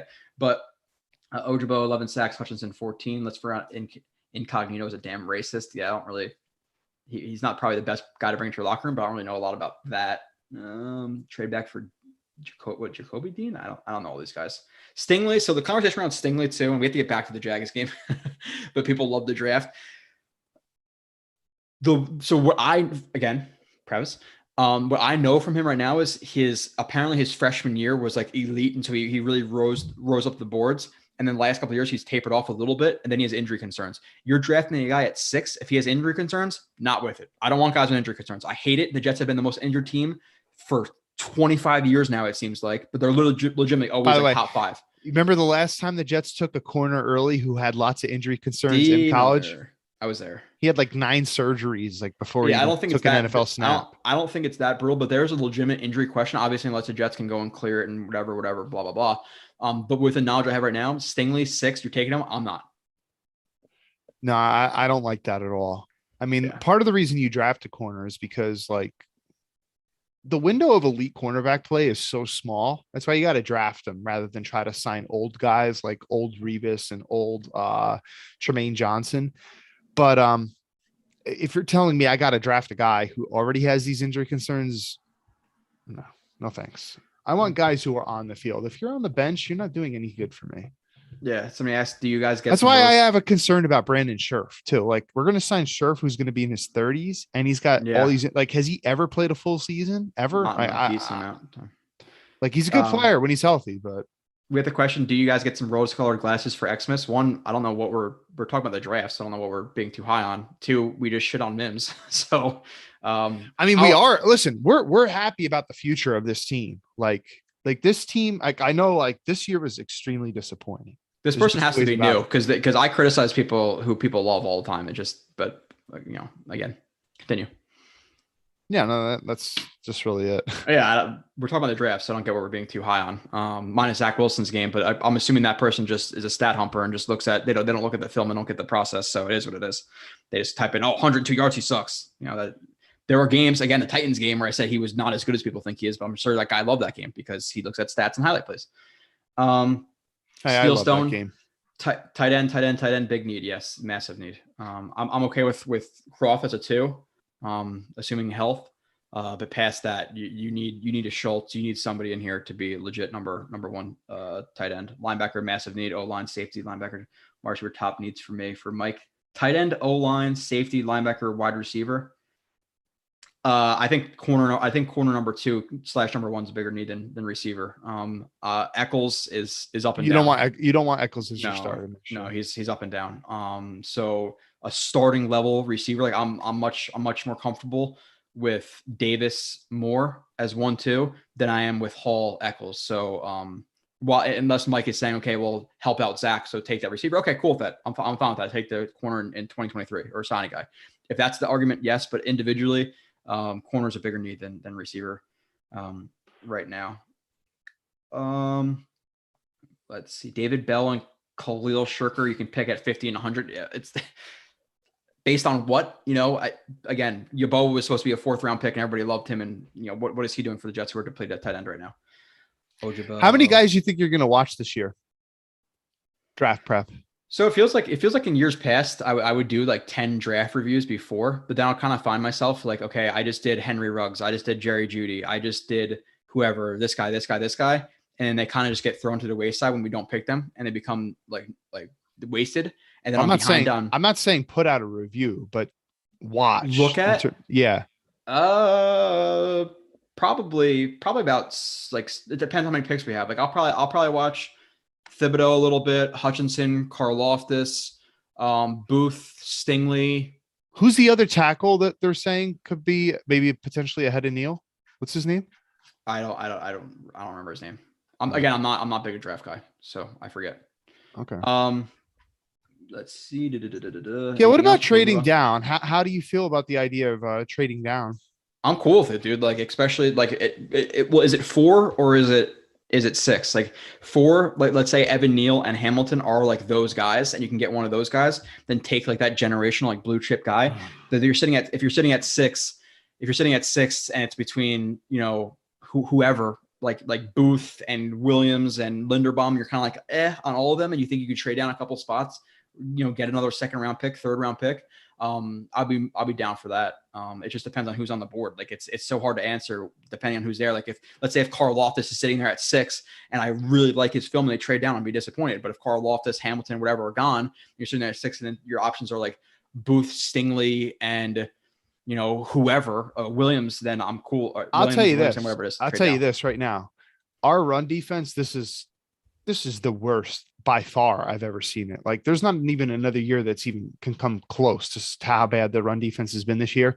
If Kyle Hamilton is as good as people are saying, now this sounds counterintuitive, he will make the run defense a lot better because Kyle Hamilton. Kyle Hamilton. Because you're going to start going a lot more one high. You're going to load the box more. Yep. And that's obviously going to help you in the run game. If he's that good. I don't know if he is. And again, the defensive line does need to perform more 100%, but a lot of the run game stuff, like obviously scheme, you want to see it adjust a little bit more. I want to see Fatukasi more of a 2 gapping thing instead of like just a strict one gap rush. Like they need to adjust a little like that, in my opinion. But a lot of it's on, Quincy Williams playing a lot of reps and Jared Davis playing a lot of reps and Ashton Davis, who can't tackle. The corners, while have been impressive this year, they have a lot of mental lapses in the run game. They can't tackle great. They're just not, minus a few highlight plays. So a lot of the tackling, like the emphasis on with this 4-3 scheme, a lot of that run game goes to the second level. Like the linebackers, the safeties, the corners need to make plays, where in a 3-4, again, a lot of two gapping, a lot of the emphasis on the defensive line. So people talk about, and while they have been disappointing, easily disappointing, the defensive line overall, from overall perspective this year, in my opinion. But in terms of the run game, that's automatically the blame. Scheme, defensive line. Scheme definitely need to change a little bit, but a lot of it's on linebacker safeties. It just is. So I don't know if you agree with that, but. No, yeah, no. It's so bad. Like, take the Dolphins game, for example. They have a shitty offensive line. We knew they were going to have a shitty offensive line. They don't even have good backs. I mean, Gaskin is, he's like a UDFA. Duke Johnson, he's on the back end of his career. And the both of them are running all over us. And a lot of it was just like, okay, they got to the second level, but then we just had guys not making tackles and stuff. And, Ashton Davis, I'm looking at you, man, as one of those people too. Looking at you, man. Corey Washington, are you down for getting a free agency tight end? 1,000% I am. And any of the big needs they sound, I'd be happy. Like, I don't love going to the draft and they have a lot of needs, but like, I need this. Like, if they don't get a free agency tight end, they need a tight end in the first 2-3 rounds. Like, so I don't want to be in that position where I need something. So if they can get a Schultz or whoever. How good is his blocking, Schultz? From what I've researched, he's solid. But I've heard Everett's not that good at blocking. So I guess Gesicki is not a blocker. That is the most dumb want for Jets fans. That I don't even think he's that good with the ball in his hands too. So like, okay, you're basically signing a guy to catch contested balls. Like in this offense where you're expecting guys to get yak, why would I want to sign a guy who's basically a receiver? He even says it himself. I'm a receiver. I'm not a tight end. And he doesn't even have good yak ability. Like he's the same person who said that the rose-colored glasses thing says trust the process. I don't know if that's what we're talking. We're talking about trust. We're just talking about draft. This guy, I'm sorry. I guess he's just stupid. What's his name? Jets mess. I haven't seen him before, but apparently I don't know if he's a troll or whatever. But he hasn't watched enough shows to know we're pretty balanced on stuff. But with that being said, with tight ends, like I would be okay with. He must have gotten Cole for Christmas. COVID. So with that, like. I would be fine with getting Schultz, getting whoever in round 2 or 3, and then having Croft as a 3. Like I'm cool with 2 tight ends this offseason. But for the people who want Gesicki, listen, one, for whatever reason, I don't know what it is, but he reminds me like a poor man's Travis Kelce, who like he has more swag than his play dictates. Like he thinks he's like dope to me. Like every time I watch him, he thinks he's awesome. He just really pisses me off when I watch him. I don't know why. And 2, you're looking at a 12 heavy personnel team with tight ends who need to block and he need to get yak. And you're looking at a guy who's basically a big slot receiver. Like that's what we want to spend 12, 13, 14, $15 million on, a guy who doesn't fit the system. They will not go out. They're not signing Gesicki. I can guarantee that. But yeah, Schultz. Someone said David Njoku. He's been a big disappointment. Yeah, that would be like more of like a second tier sign. Like I want like that first tier, like number 1. Like I think if you sign Njoku, you need to still put that emphasis on getting a guy in the first 2 or 3 rounds as a tight end. But look at Jay Coleman. Yeboah is better than any tight end in this year's draft. Yeah, without knowing jack shit about any of the tight ends, dude. If Yeboah is better than any of the tight ends in this year's draft, I don't want any of them. That is the worst tight end draft class ever. Yeah. He was super raw. Like did somebody say Yeboah? Yeboah, like again, people get obsessed with him because they see him in their mock drafts. They draft him a lot in whatever site you use, and you actually watch what he did. And he was one of the most raw guys ever, who couldn't hands catch, who alligator arm himself over the middle, couldn't block. It's like what do we love about this guy? He has some physical tools, but like he's so raw. He's friends with Elijah Moore. That's it. Yeah, is it like he was undrafted for a good reason. Like I liked Dunn more than him. I liked Rashid more than him. I liked who was the other UDFA who we liked. Maybe that was just it. That was it. I'm trying to move through. I look into Njoku. Yeah, again, it's like more of a second tier signing. Max Williams, Hayden Hurst, cool with those guys. I'm cool with all these guys. Talk about Max Williams, Hayden Hurst, obviously Schultz. I'll use Uzoma, whatever his name is, from the Bengals. Like they need a tight end, 100%. edge in free agency. I don't think they're signing edge. Oh, I think it's Uzama, I wouldn't want him, but he's he is an upgrade. There's some guards out there. There's some tight ends, linebacker, safety, guard, tight end are probably my four biggest ones because I want to really address the offense and not need offense to help out Zach Wilson going into the into the draft. And then safety, linebacker, we need two of each position. So I don't want to go into the draft needing two linebackers and needing two safeties. So I think they sign a safety, sign a linebacker, offensive lineman, and then hopefully a tight end. That would be like my four I would like to see. Maybe, and then a receiver, maybe like Gallup or something like that. I don't know. Kyle, I'm going to Kenny Yeboah is swaggy. All right. I don't think so. Yeah. Again, there's an hour film review out there of him. Just go watch and tell me really how impressed you are with how he played. People are like, oh, he's a great hands catcher. What? Like you didn't watch him. You didn't watch him. If you say he's a great hands catcher, because he's not. But let's go into the running backs, Kyle, and I'm going to get off video for a second, but hold it down for like 2 seconds. Oh, you want me to talk about the Jets' current running backs? All right, sure. I guess so. That's fine. Yeah. Well, in this game. Yeah. Michael Carter's a stud, man. The Jets definitely got one. So I was talking with somebody else, not Joe, and I was saying that I think it's a good draft strategy every year to draft running backs just because, you always want to stay young at that position and just because they get hurt so much. So the Jets definitely should draft a running back. They shouldn't be signing any guys. Like if they want to re-sign Tevin Coleman and they can get him for like the same deal or potentially even cheaper, I'd be cool with that. Because he definitely should be playing. I mean, you clearly see he's much better than Ty Johnson. Like, even though Ty Johnson is pretty fast in his own right, Tevin Coleman still does have he has some type of burst for him. And there've been a decent amount of runs this year where he almost broke it free. And, just some little thing happened where there was just one block that was missed or he couldn't spin out of a tackle. But, he's definitely, he still has that level of burst. Will he have it next year? I don't know. I'm cool with them re-signing him, but they definitely should draft a guy, even though, basically I think every team should draft a running back every year, except for maybe unless you're the Browns. Like if you're the Browns and you have two guys that have big contracts, okay, maybe you don't need to draft a running back this year, but other than them, every team should draft a running back. But yeah, the Jets finally got a legit one in Michael Carter. So best running back since Thomas Jones. I really like Chris Ivory though. Chris Ivory was one of my fan favorite. I was a fan favorite of Chris Ivory. I just love the way that guy ran. Yeah, but you're definitely Dolphins run. He broke like 3 tackles behind the line of scrimmage. I do. Yeah, man. He had a lot of beast runs, but one thing you can see, like Michael Carter is definitely better in the pass game than Chris Ivory. So, with that position, I think they need again a number 2. I'm more comfortable with Coleman being a 3 than I am a 2.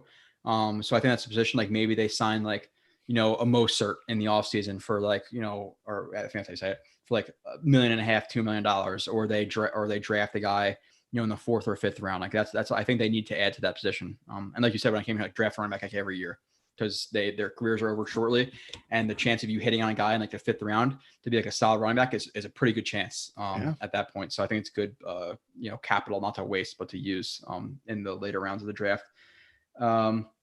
Whenever I hear tight end draft, I think of Kyle Brady. Yeah, I don't think that there's no tight ends that high in the draft this year, right? Who I think I've seen Kyle Pitts. Yeah, no, I think it's all late or early 2nd round guys, the highest, right? Likely and Whittemire and whoever else, right? But I don't think there's any 1st round guys. MC is every down back for sure. Ivory was I wish I could pull up. I probably could, but that run against the Dolphins, the guy was a savage. But with that being said, running backs this game, Michael Carter played well, broke tackles well, but the offensive line was the main crux of him getting 100 something yards, 118, and people aren't going to that horrible Jags front 7. Yeah, bad front 7. You couldn't even. I know that they were missing their 2 best. They were missing their 2 best players in the front 7, but I couldn't even name any other player that they had in their front 7. I'm not talking about corners or anything. Yeah, but and with that being said, again, having Feeney, having GVR, having Isaiah Williams in for reps, you still give the Jets defensive line credit or offensive line credit for how they block. Dude, Feeney, GVR, like they were actually opening up lanes. Like I was shocked, and Mike Carter just followed them. And so while he had a good game, it's not like he created with absolutely nothing. Like they were actually positive this game, which is crazy to say, because you'd assume, Feeney and GVR being in is going to be terrible. But when they have a good game, we can't just shit on them and say they didn't have a good game. Trust me, there are plenty of plays. Kyle loves the player. I talk about, an amputee would play better than GVR in this rep. Like we've had plenty of criticisms for them, but this game they're actually solid, which again, against the Jags, will be a lot of it different against Vita Vea, Ndamukong Suh, all those guys next week, but we shall see. So I'm closing something. Adobe Flash Player popped up on my screen.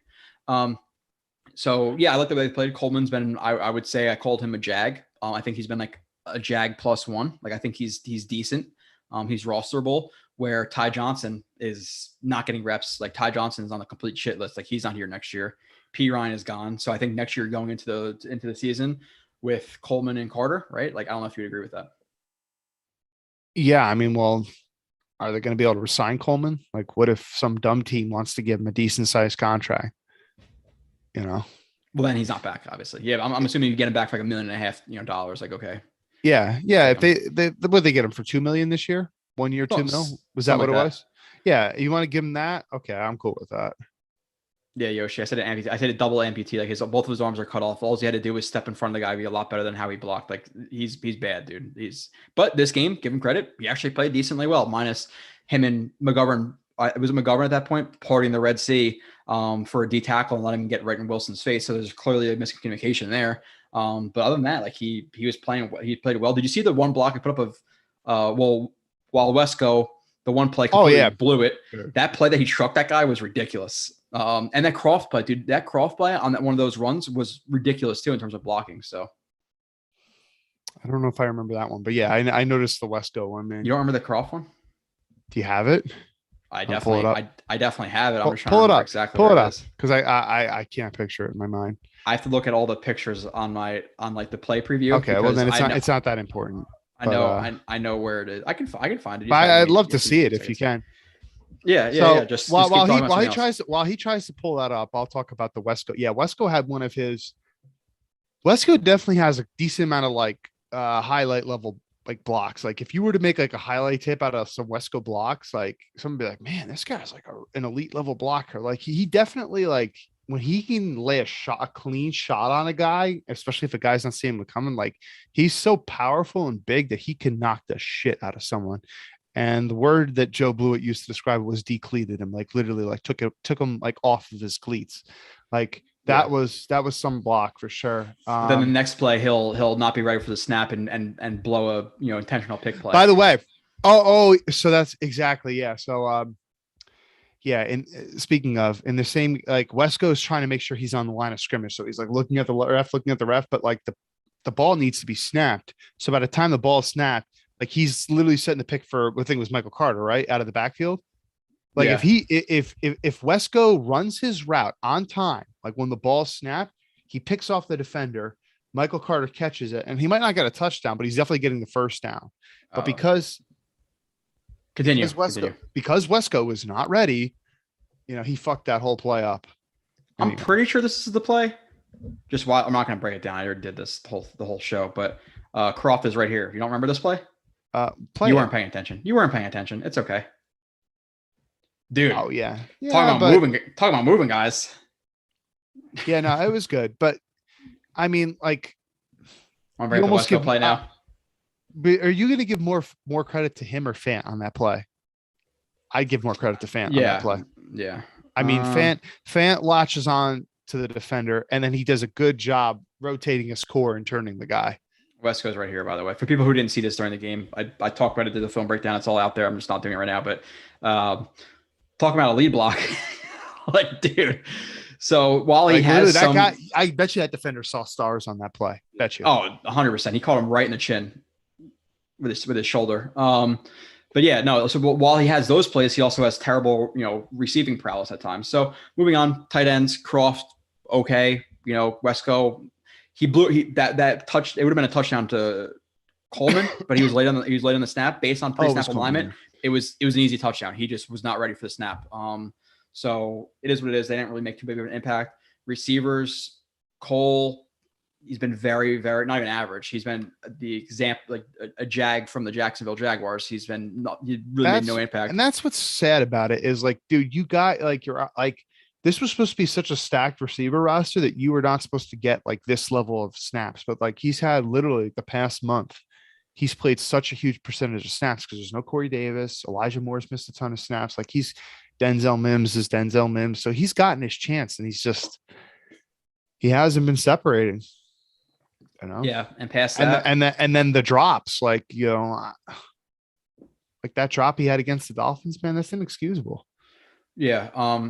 Past that, receiver, other than receivers, Mims no impact. Cole really no impact. Barrios, this is the conversation we can get into. One, what is let's talk about him. What does a contract look like for him this game? Reliable. That pass on third down, where Wilson put it on his face, he knew he was going to get hit, took the hit, caught the ball, so he's tough. He's one of the best returners, and maybe I'm being too positive, but based on numbers, he consistently catches the ball. He consistently gets 10 plus yards in punt returns. He's been almost breaking a ton of kick returns the last couple of weeks, and he finally broke one while the Red Sea parted for him. The blocking was great that play. He had the speed. He hit the hole, and he found it and got a touchdown. So to a lot of guys would have got caught. To me, he's a very good kick returner, punt returner. He's a backup slot receiver. So you're looking at a receiver who's your 4, 5, 6, and a really good returner. What are you looking at for a contract with him? What do you think it's going to come down to? I can't see you getting any less than $5 million a year. You'd have to probably give him at least $5 million a year. So we had the similarity. It was like $1.5 million. I was like, dude, he's gone. And especially after this game now too, we fall. I don't know if you heard me say it, but we fall literally in the exact same area. Kyle said like $5-6 million a year. I think he's going to sign for 6 years, $17 million. $12 million guaranteed. Are you doing it for him? $5-6 million a year? Yeah, yeah, and you're giving him that contract with like letting him know like you're going to get more play on offense, but you must return. Like you are our returner as well. Oh yeah. No, that's what he's going to be here mostly for. Like you're looking at how much did Hardy get this year? $3 million a year, and he doesn't play any corner. So now you're looking at Barrios because he's in terms of returning, you're talking about a return in terms of special teams impact, just as impactful as Hardy this year, if not more. I would definitely say more actually. And now you're going to pay him just that $3 million to be a returner, $3.5 million. I think you're looking at what would you pay him as a backup slot receiver because he's been pretty reliable there. You're looking at $2 million ish, $2.5 million. So I think he's good for the team too. Like I think like he's one of these positive vibes like around the team. Yeah. So and it's a nice story. Like he was a UDFA if I'm not mistaken for the Patriots. Jets scooped him up and he kind of made a name for himself. Like this is where he. Somebody asked if we would trade for Russell Wilson, Kyle. I both were going to be a massive no. No, but shit. If it was when we still had Sam Darnold, then we just wanted anything different. But no, Wilson's one getting older. Two, we're not in a position to win. Why would he want to come here? Yeah. Second half of last year and this year, he's not been good. So we're going to trade a lot of assets for a guy who we're thinking was a Russell Wilson of 2019, because the last 2 years he hasn't been great. He's been good, but he's not been top 5 quarterback Russell Wilson. I still love him, but it's not the right move for the Jets. Not the right time. Hey, I want to say something about Barrios. I'm going to ask you a question about him. You can only have him or Jamison Crowder. You can only have one next year. Yeah, if you can only have one. Okay, yeah, and I agree. And here's one thing I'm going to say too, like Barrios, you can give Barrios an end around. You could put Barrios in orbit motion, and like he's been better at. And Zach has been better at throwing these types of plays too. So they bring him in like an orbit motion, and then Zach has to hit him like they can maybe get into like a 3x2 look or something like that. That one RPO was a good throw to Barrios on the left sideline where he led him. Yeah, and he had one of those in the Dolphins game too, if I'm not mistaken. And Barrios is good at catching those balls and then transition and run after the catch too. And like. Also think about that when they ran the trick play in Miami too, where Crowder threw it to Barrios. Like that was really impressive. Like I think I was impressed by both guys there because the fact that Crowder was able to be patient before he threw it, like that was impressive.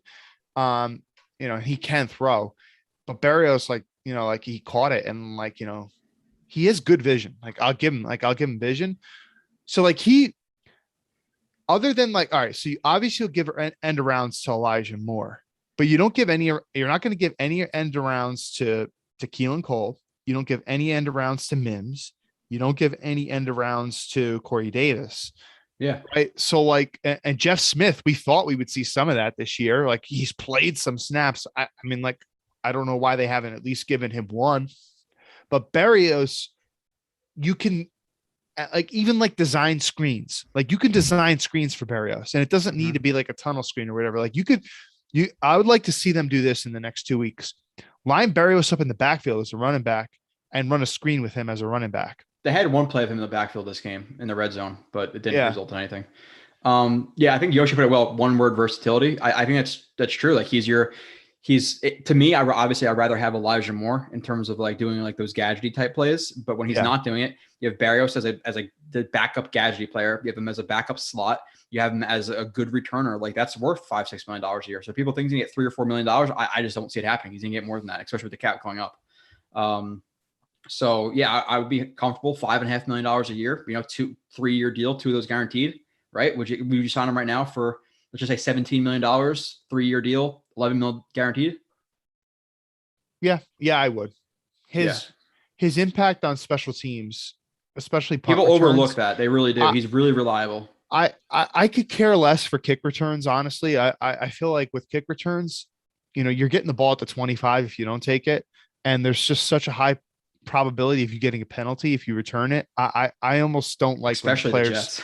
Yeah, I almost don't like when players return on a kick return, but punt returns, man, like, dude, we used to in the past just hope that whoever was returning the punt would just catch it without fumbling it.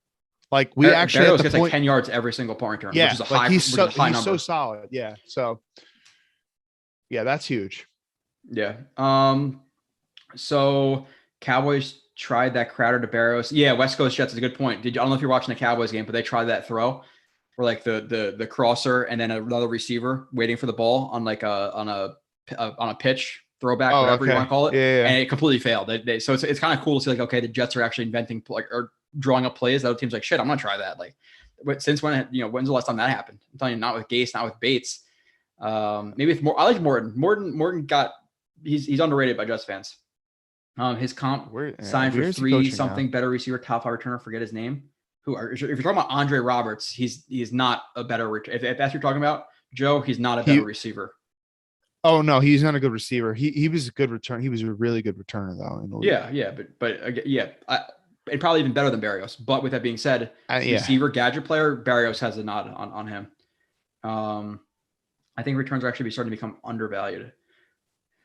Yeah. Okay. So moving on. And by the way, like when Berrios had that rushing touchdown against the Dolphins, man, like that was a fucking big boy play. Oh, trucking a guy over to get in the end zone. Yeah. Like it just wasn't there, and he just stuck his head down, man. Like he's like that tough, like he's like that tough mentality, which is why fans are starting to like him. Like he's wearing freaking Rudolph outfits and a good returner, reliable, tough. Like fans love that shit. So that's an example. Like so, I was talking about how Mims isn't smart. Like he actually is smart, but if you listen to him, and I did listen to part of that press conference, like he was valedictorian of his business class which, by the way, like a lot of people, because it's Miami, people think that, Miami University is not that's a tough school to get into. Like it is not an easy school to get into. I have no idea. And, he graduated number 1 in his class, but I got the impression from hearing him that for him, like there were people in the class that were smarter than him, but he was just like super duper competitive and part of like, I have this, I'm not going to give up type of mentality. Dude, even if you finish number 1 at Arizona State, that's still an accomplishment. Which Arizona State's like famously like the dumbest big school out there, right? I've hated on Berrios over the years.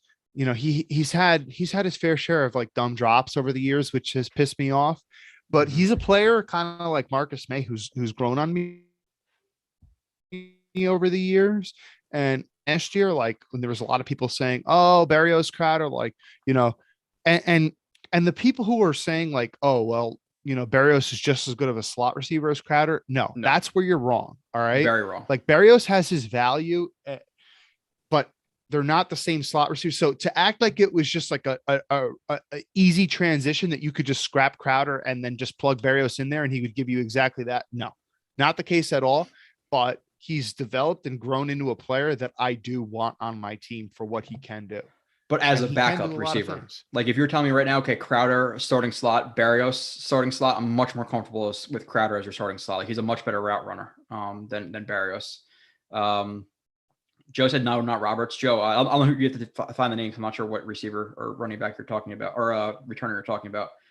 Somebody's talking about Jeremy Curley. Yeah, Jeremy Curley, he's the best Jets receiver for like 4 Jeremy years. Curley did have a punt return for a touchdown against Buffalo opening week 2012. Yeah. At home. Yeah. So they blew him out like 38 to 7 or something. Jeremy Curley, right? He wasn't a bad punt returner. I'm not even talking about I'm talking about like when we had guys like there were some years where like post Jeremy Curley, like where we had like Jalen Marshall returning punts and we just had like a bunch of like even after Andre Roberts too, like, and before Andre Roberts, like there were some years where we just had like, we're trotting out a different guy every week or whatever.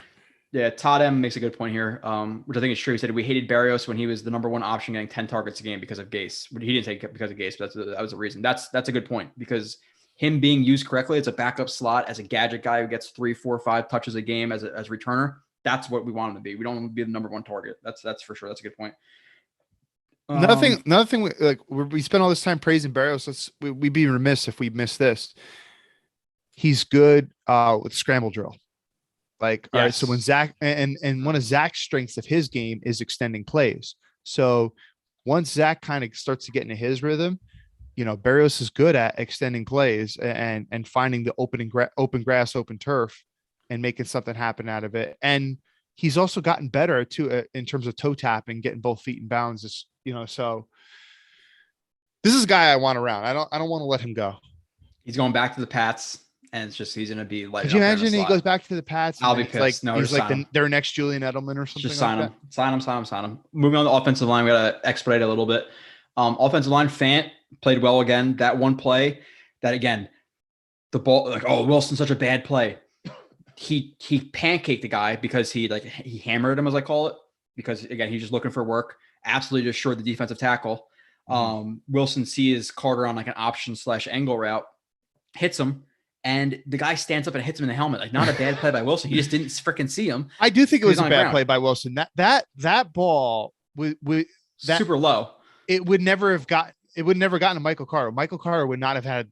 I watched that many times thinking like, okay, this guy just got in the way or something like that. Like, even if that guy wasn't there, Michael Carter does not have the ability to catch that ball. I don't think. You don't think so?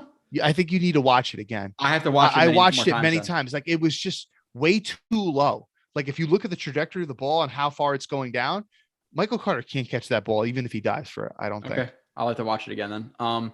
But with that being said, Fant trucks the guy over, sees the ball pop up in the air, isn't a lazy ass, finds it, destroys the guy, like decleating hit, and gets his hand in there to play the ball. Like, Fant, that was a great play by Fant. Yeah, it was. It really was. So that, and then again, give credit to, while I never want to see them get starting reps ever again in my rest of my life, GVR, Feeney, all those guys played well this week, considering what they were dealt with. So I was happy with the offensive line. Moving to the defensive line, Kyle, Huff didn't have much of an impact. You want to see him make more of an impact than he did. Ronnie Blair, so freaking stiff, he can't pick up a fumble recovery for a touchdown. But overall, he was around the ball. I don't know what his name was. I forget off the top of my head, but like 61, like Justice something, whatever. Like, he actually made a couple of plays in this game. And then Rankins had a few run stuffs, but overall, defensive line disappointing. They are missing a lot of their guys. Yeah. No, they were not impressive. Fant murdered him. Yoshi said he did. It was fun to say. I like Kyle Phillips from UCLA as a replacement for Crowder. I like Kyle Phillips, the D end, as a backup guy. Like, if your backup D ends next year is a combination of Blair, Kyle Phillips, and Huff, like, I'll take that. Yeah, sure. Yeah. Although I'll say this about Ronnie Blair, I don't think he's the same since his injury. Mm-hmm. He looks super stiff. Yeah, he looks even more stiff and less explosive, than previously. O-line seems to need an upgrade at what spot. LT is probably the weak link. Yes, he is. But he's definitely the weakest. Definitely the weak link. But like, signing him as a backup, like rotational guard, I would love that based on the way he's played. Like, you'd be a good backup guard for sure. And what spot is Linderbaum worth it? Like, if they fall down to 7, 8, 9, and I really love this film, then I would take them. Like, again, I think people overvalue that positional thing. But if I see if he's as good as Quentin Nelson, Brandon Sheriff coming into the NFL, they were clearly worth it at guard, and if Linderbaum is that at center and we take him at 7, I'm fine with it. But I want to watch this film. I don't really know yet, Mike. So you're going to put him at guard year 1 and then just move him to center the next year, or just keep that if guard they were draft Linderbaum? No, I would move McGovern to guard because he's played there before. Why would McGovern want to move to guard? He's getting paid the big bucks. Oh, because Jets are going to tell him to. And it's been years since he's played there. Yeah, I think that's easier said than done. Oh, Todd M. Justice. His name is Freedom. I know it's something like Justice, Freedom, whatever. Okay, some Freedom. Especially McGovern's been really solid this year at center. He just has. Yeah. I don't know, man. The dude, that's fine. But there are better places. Pinnock did not look good at safety. Joey M. We got to correct Joey M. Pinnock did not look good at safety. Okay, so we're gonna get to that. Well, okay. So we went. All right, we'll go to safety. We'll go to safety. We'll skip linebacker. So go ahead. Okay, with grades. All right, I'm a teacher. I know how students and people react to grades. PFF, I'm gonna give them credit where credit's due. They've really kind of ramped up their business model in the last 6-7 years or whatever, and they kind of changed their grading system to make it kind of more like this on this 100 scale. So it's more of a grading system that people are used to. I have so many students that don't actually care about learning, but they actually care about, they care deeply about what their grade is. As long as their grade is whatever, they don't give a shit if they learned anything. And that's very frustrating to me, honestly. Those kids kind of tick me off. So there are some, I'm a fool for it too. I see when PFF puts out the top 5 Jets from this game were blah, blah, blah, blah, blah, blah, blah. And I click it. I'm a fool. I take the bait. I look and I see that Pinnock got a good grade. I'm thinking okay, I watched the broadcast. I remember him standing out a couple times. He did have a couple nice tackles on Trevor Lawrence on the goal line. I'll give him that. He was good. The scrape exchange things. He was good with the scrape exchange. Coverage, he got his ass beat on several big time pass plays. And I don't remember him really breaking up anything well. And I'm not talking everybody gets beat. He had piss poor technique. Eyes in the wrong place, opening up when he doesn't need to be opening up. Oh, dude, he was opening up so early. So again, whether it be PFF or Kyle, what do you see twice on broadcast? Well, 4 times on broadcast. That's what you saw. The 2 tackles, good, cool. The 1 play, he was super late on, but you don't see that on broadcast. He makes a hard hit because Lawrence was late on the ball. It's a lollipop. He makes a hit. Great. Can you pull up one of these plays, please? I think this is important. I think this is important, especially with safeties. 2, the other one, he was super late, but again, the ball was late and Trevor Lawrence overthrew the guy. So they see in broadcast the ball coming, it overthrown Pinnock on the guy. But if the ball was early, he got toasted. So Pinnock did not play well at safety. Let's erase that, please. Yeah, and also when he had a really good pass breakup. Joe, he didn't. Trust me. When they started playing him at safety, this is I think the first time I saw him at safety was in the Texans game. My initial reaction was I know they're thin and they're kind of doing this by necessity. But I don't think he's good there. What was the best thing about his film? The best thing about his film, his press, was that he could press people. Yeah. When you're a safety and you're playing deep, and I know you walk up a safety sometimes, you're not pressing anybody. So you're literally taking away his best attribute as a player. Yeah. This is Pinnock, by the way. I don't know if this is the play. There's 2 of them. I can show both of them. What, dude? But simply, and by the way, bad job by the camera guy in this play. Oh, terrible job by that camera guy. But simply, this is 4. So his read is this guy. If this guy goes vertical, he's going to match him like it's man. But since he stays short, they're going to double the 1. So now Hall is playing so far outside because he sees that and he's expecting Pinnock to play inside. Pinnock opens up so goddamn early right here that anything across his face is wide open. This is not a good spot to be in for Pinnock basically on a double team. They're double coverage. If he cuts it short, wide open. But what do you see on broadcast? You see on broadcast a late lollipop throw that Pinnock, to his credit, he covers ground, but this is not good. This should be a touchdown. Open. This should be an easy touchdown. Where's the was that before that or after that? That was the one before. One of them came almost and I think it was the last drive of the game. I think was the other bad one. Okay, so that was the first. That was the first of the 2. This is the other one. Okay, so 47. So 7 plays. Well, not 7 plays later exactly, but 7 plays later in the review that you guys should hopefully be watching. But he is right here again, and again he gets toasted. But there's a late throw that's a lollipop. look, again, way too early. Way too early. Anything undercutting, he's not going to be able to flip his head to get back into that. If anything, he's stiff. So again, the situation where this is not good coverage. This is horrible coverage. It's bad coverage. This is absolutely putrid coverage. But what do you see in broadcast? You don't see this. You see a ball that's late and a lollipop, so you see him cover ground and make a hit. But this is not a good position to be in. This is process versus results. The process was terrible on both these plays. The result is you see this on broadcast. You see this.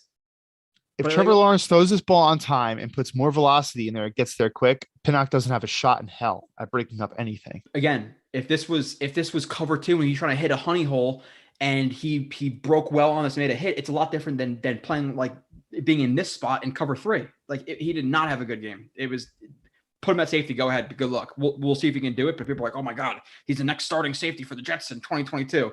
No fucking way. No. But moving on. Sorry, Joe. And in his defense, like his first game at safety. Yeah, he's not used to playing safety. No, but it wasn't good. Like I just wasn't good at all. And by the way, he's even been worse. Like that. Like Texans, like when it was like 4th down or whatever it was, and they're short of the sticks. Dude, like that should not have been a touchdown. He should have tackled him short of the sticks, but he's tripping and stuff. Yeah, like, Joey, that's not to call you out or anything. We were planning on going over that. Trust me, because Pinnock, that was literally in my notes. Like Pinnock, talk about Pinnock because that was not a good game. Again, yeah, that's the thing with broadcast versus actually watching.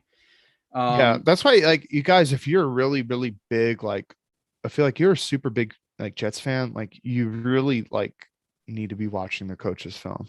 And if you can't watch it yourself, you don't want to watch it yourself, you get lost when you watch it yourself, just watch Joe Blewett's film review. Like you'll get Appreciate a lot. That. JetsXFactor.com. Can we trade CMG and draft a pick for a good guard?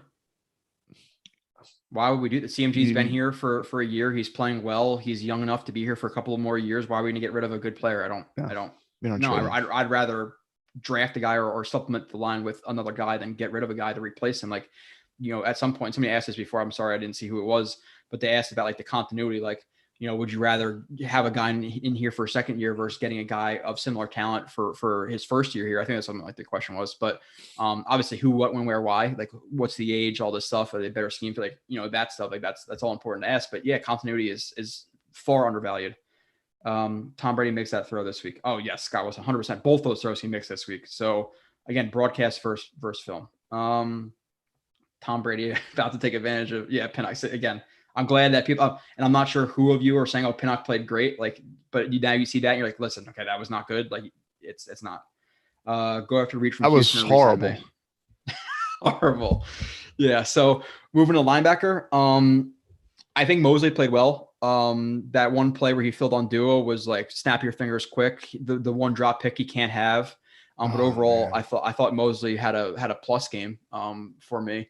Wasn't that crazy? Like that play with him and Quincy, where it literally looked like synchronized. Yeah, like at the same exact time, the same exact thing. Like it was funny. Dude, Mosley out there. If you just look at like the devoidness of talent on both sides of the ball, both like the players he's playing next to and the players he's playing against, like he's like.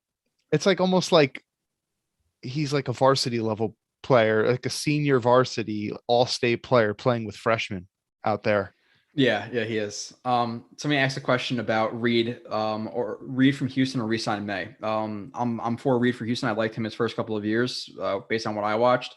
Marcus May, I'm not down for. Like he was the little like crybaby in the media all year, and then he lies to the Jets with the DWI. Like I'm not about it. And with the torn Achilles, you know, there's Reed out there, there's Marcus Williams, there's Jesse Bates. Like there are some good safeties in the free agency this year, at least now. I mean, you know, franchise tags, re-sign, whatever. But safety is pretty thick this year in free agency. So is tight end. So I see both those signed. If the Jets do sign Marcus Williams, would you still take Hamilton that high?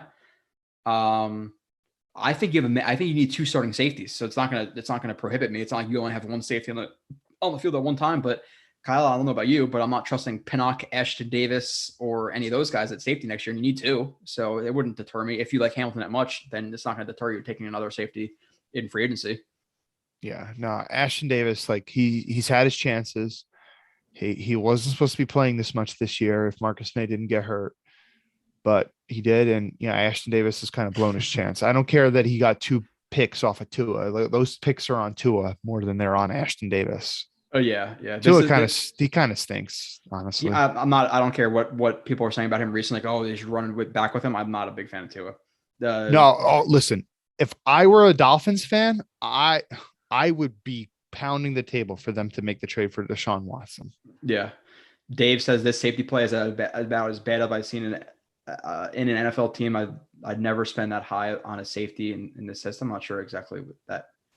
Okay, it's bad, really bad, but he wouldn't. But I think the thing with every system, I don't get that whole thing. I don't. And this is one thing you can like. Robert Saleh has like really kind of switched up what he's doing a lot based on personnel available and what the team's planning on doing every week. It's not like he's just I'm always going to be a one high type of guy.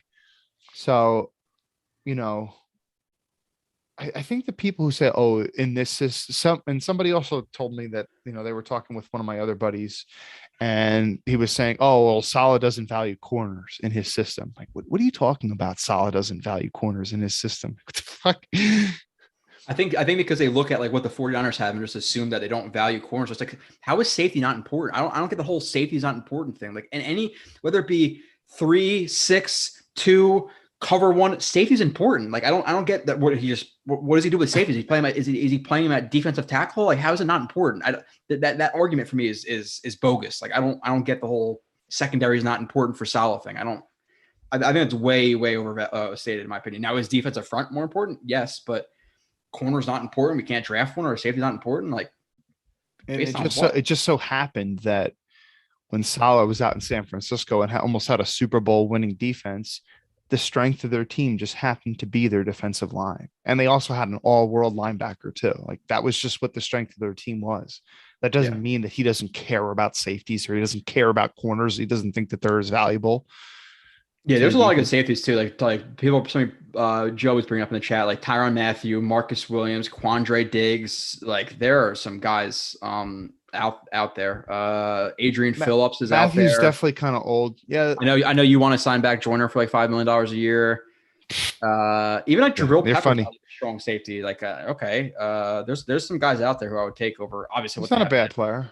Yeah, as a strong safety, like obviously it's not ideal, but as like a secondary signing, not obviously. He's definitely a physical dude. Like, he's super physical. I'll give him that. Tracy Walker, like there's some guys out there. Okay, so Jay says Jets draft 2 safeties to convert linebacker. Do they figure in plans for 2022 and beyond?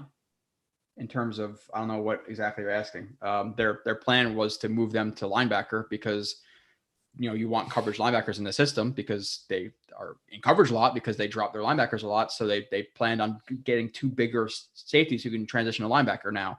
I didn't like one of the ones they took. I'm not a big fan of Sherwood at all. I think Hamza's super raw, but he has a chance to be, a role player. We'll see what happens with him. Unfortunately, he's faced some injuries and et cetera, but Ashton should have had 2 picks in that Miami game. Yeah. And the one wasn't bad. Like, it wasn't great, but it wasn't terrible. Like, he dropped off his guy, made a pick. Like, okay. Sales, Seahawks, Baker Mayfield. But the one he dropped, like that one, like, how do you drop that ball? Like, it literally hit him in the breadbasket and he was running in stride. RTW says, you guys are brutal. First start, he sucks. No chance to learn and grow. Did I say so you have to listen. You have to listen carefully because I said he has a chance to learn. Kyle said it's his first game at safety defending him. I said, okay, he could grow. But for people who saying he's good, it was terrible. We're not saying he can't grow. We literally said those exact words that you're asking the question about. So just listen. I don't like what's the context of the conversation, man? Like, did you just start listening when I started going on a rant? Like, the reason I started even talking that is because people said he played good at safety. And it's not just the one dude in the chat who said he played good at safety. Like, PFF all over put out a good grade of him saying he played good at safety. And I'm just saying that's not true. Like, that is a lie. And you are, or it's a lie at worst. At best, it's deception. Or was that, or is it the same damn thing? Or they just maybe there's that stupid and like their grading system. People. Yeah, their grading system sees that, okay, whatever it is, when the ball arrived, he was on the receiver, or the ball arrived, he made a hit, but the process to get there was terrible. So we literally in that same conversation again, I'll say it again. Kyle said, It's his first game at safety. I said he can grow, but in that game, he was terrible. They never said he's going to be terrible forever. Yeah. Cut him. Like, where do you take that? And what's the purpose? It's not like we get off on criticize, but here's the deal. Like, we have to, like, part of the reason why people tune in and stuff is they like that we're trying to be honest. Like, so you can't win because some people are saying we were too positive before, right? Like, we were too positive when we were talking about Zach Wilson or whatever, too positive when we were talking about Berrios. But anyway, like, if people aren't there to correct that bullshit narrative that Pinnock played well at safety, then you're going to give some Jets fans hope that at the end of the year, he could be a starter. Like I said, this is like Bless Austin all over again. And I'm not saying, dude, because Bless Austin had some good PFF games, you had so many Jets fans saying he can be our starter for the future. And obviously that you guys were misled into believing that because of a fucking number grade by PFF. Yeah. All right. With him, with James Carpenter, with a lot of stuff, people are misled because PFF don't rely on them. Just don't.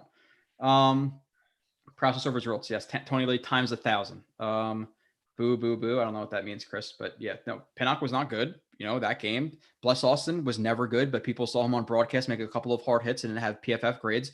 When I said in the offseason that he shouldn't be on the team, I would cut him. And then look what happens. He gets, what, he get cut? He got cut, right? Or traded? No, cut. He got cut. Yeah. People think Marcus May is amazing. He's solid to okay. He's not as elite as people think. Some people thought he was. Like, people, again, I think if you're such a big fan, you should learn. Like, that's just my opinion. But like, I don't get how you're such a big fan. You just don't care about like the actual process that goes into it and like learning about schemes and learning about players and actually watching. Like, for your whole opinion of a player, to see him a couple times on broadcast and say, yeah, he played good, and they go and spew that out to other fans, and then it gets recycled through hundreds and hundreds and thousands of people. It's just so lazy to me. Like, I don't get it. But that's hopefully why we're here. And that's hopefully why 136 people are watching. I'm sure 36 of those people don't give a shit and they just whatever. But people like Mike, the people who are here, I a lot of them I know care.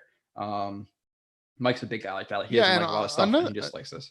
And just to be clear too, like, another reason why I was also being a little harsh with the Pinnock at safety thing is I also don't know. And I know that the Jets are kind of doing it just out of pure need, but next year, like, if you're going to roll back with Pinnock again, like, I'd rather see him. I don't know that I want him to stay at safety because I've seen nothing to be impressed so far, right? Like, look at the Texans game. He was also bad there at safety. But when I did watch his college film, I saw some traits, like the way he uses his hands and the way that he could jam with one hand. And then once the receiver starts to get into his stem, he could switch to, staying on him with the other hand. He had elite press reps in college. He did have some elite press. Are we being too positive now? Hold on, wait, Kyle, we're being too positive. We got to steer back to negative. I don't know how we're going to get in the middle. Now, like, the downside of him is, like, sometimes, like, when we'd have a bad rep, he would just get cooked late. Like, he was bad, like, at like the latter parts of routes, and he didn't have very good ball skills. So, like, there was a lot of room for him to grow at corner, but I don't know that he has any good traits as a safety. Whereas I did see him have some good traits as a corner. Physicality, that's about it. Yeah. So, like, I don't know, man. Like, so I'm also like, I'm questioning the move from like the Jets personnel. Like, hey, listen, man, switching him to safety. I know he's getting some positive press and stuff, but might not be the smart move for the future. Go New York says Jets need to continue to build inside out in the draft, edge, interior offensive line, linebackers. Cool with that. Safeties too, as a part of that. Yoshi, appreciate that. Freal D, what's up? You're late. Liam, late, but I appreciate you guys being in here. Somebody says they like Lewis Kine. I don't know who that again. Dave says lazy fans are fed by highlights, have one on TV and you're a hero. Lazy fans and lazy analyst, who I'm not going to call any names. I would if we're having a proper conversation, but there are plenty of guys on Twitter who put up one or two plays and you could tell right off the bat they have no fucking idea what they're talking about. But general fans will be like, oh, I'll eat this shit up. But then you watch, you're like, dude, he has no technical knowledge of the game at all, but it is what it is. Mike says, I just prefer the body of work work stuff from film. Yeah. Hell yeah. Joe, coming out of college, did you expect Eccles or Pinnock to be better pro? Pinnock. I'll be fair. Pinnock had a higher ceiling, but to guard myself and Kyle, the problem with Eccles' film is there wasn't a lot of it. And the stuff you were watching, it was a lot of off coverage. So and the offense going away from him. So you didn't really see a lot of reps that were meaningful for Eccles in college. So while Pinnock, he was either the play was great, like up here, A+ play, or like an F. Like he either got burned or completely destroyed a guy. So I felt that he has a higher ceiling because of physical upside, but so I liked him more. But Eccles has obviously been performing better this year, right? Yeah. Did you see Harold's comment?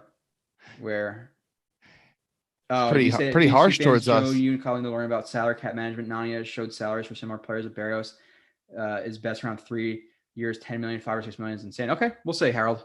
We will see. We will see if he's around $5 or $6 million. It's gonna be at least 5.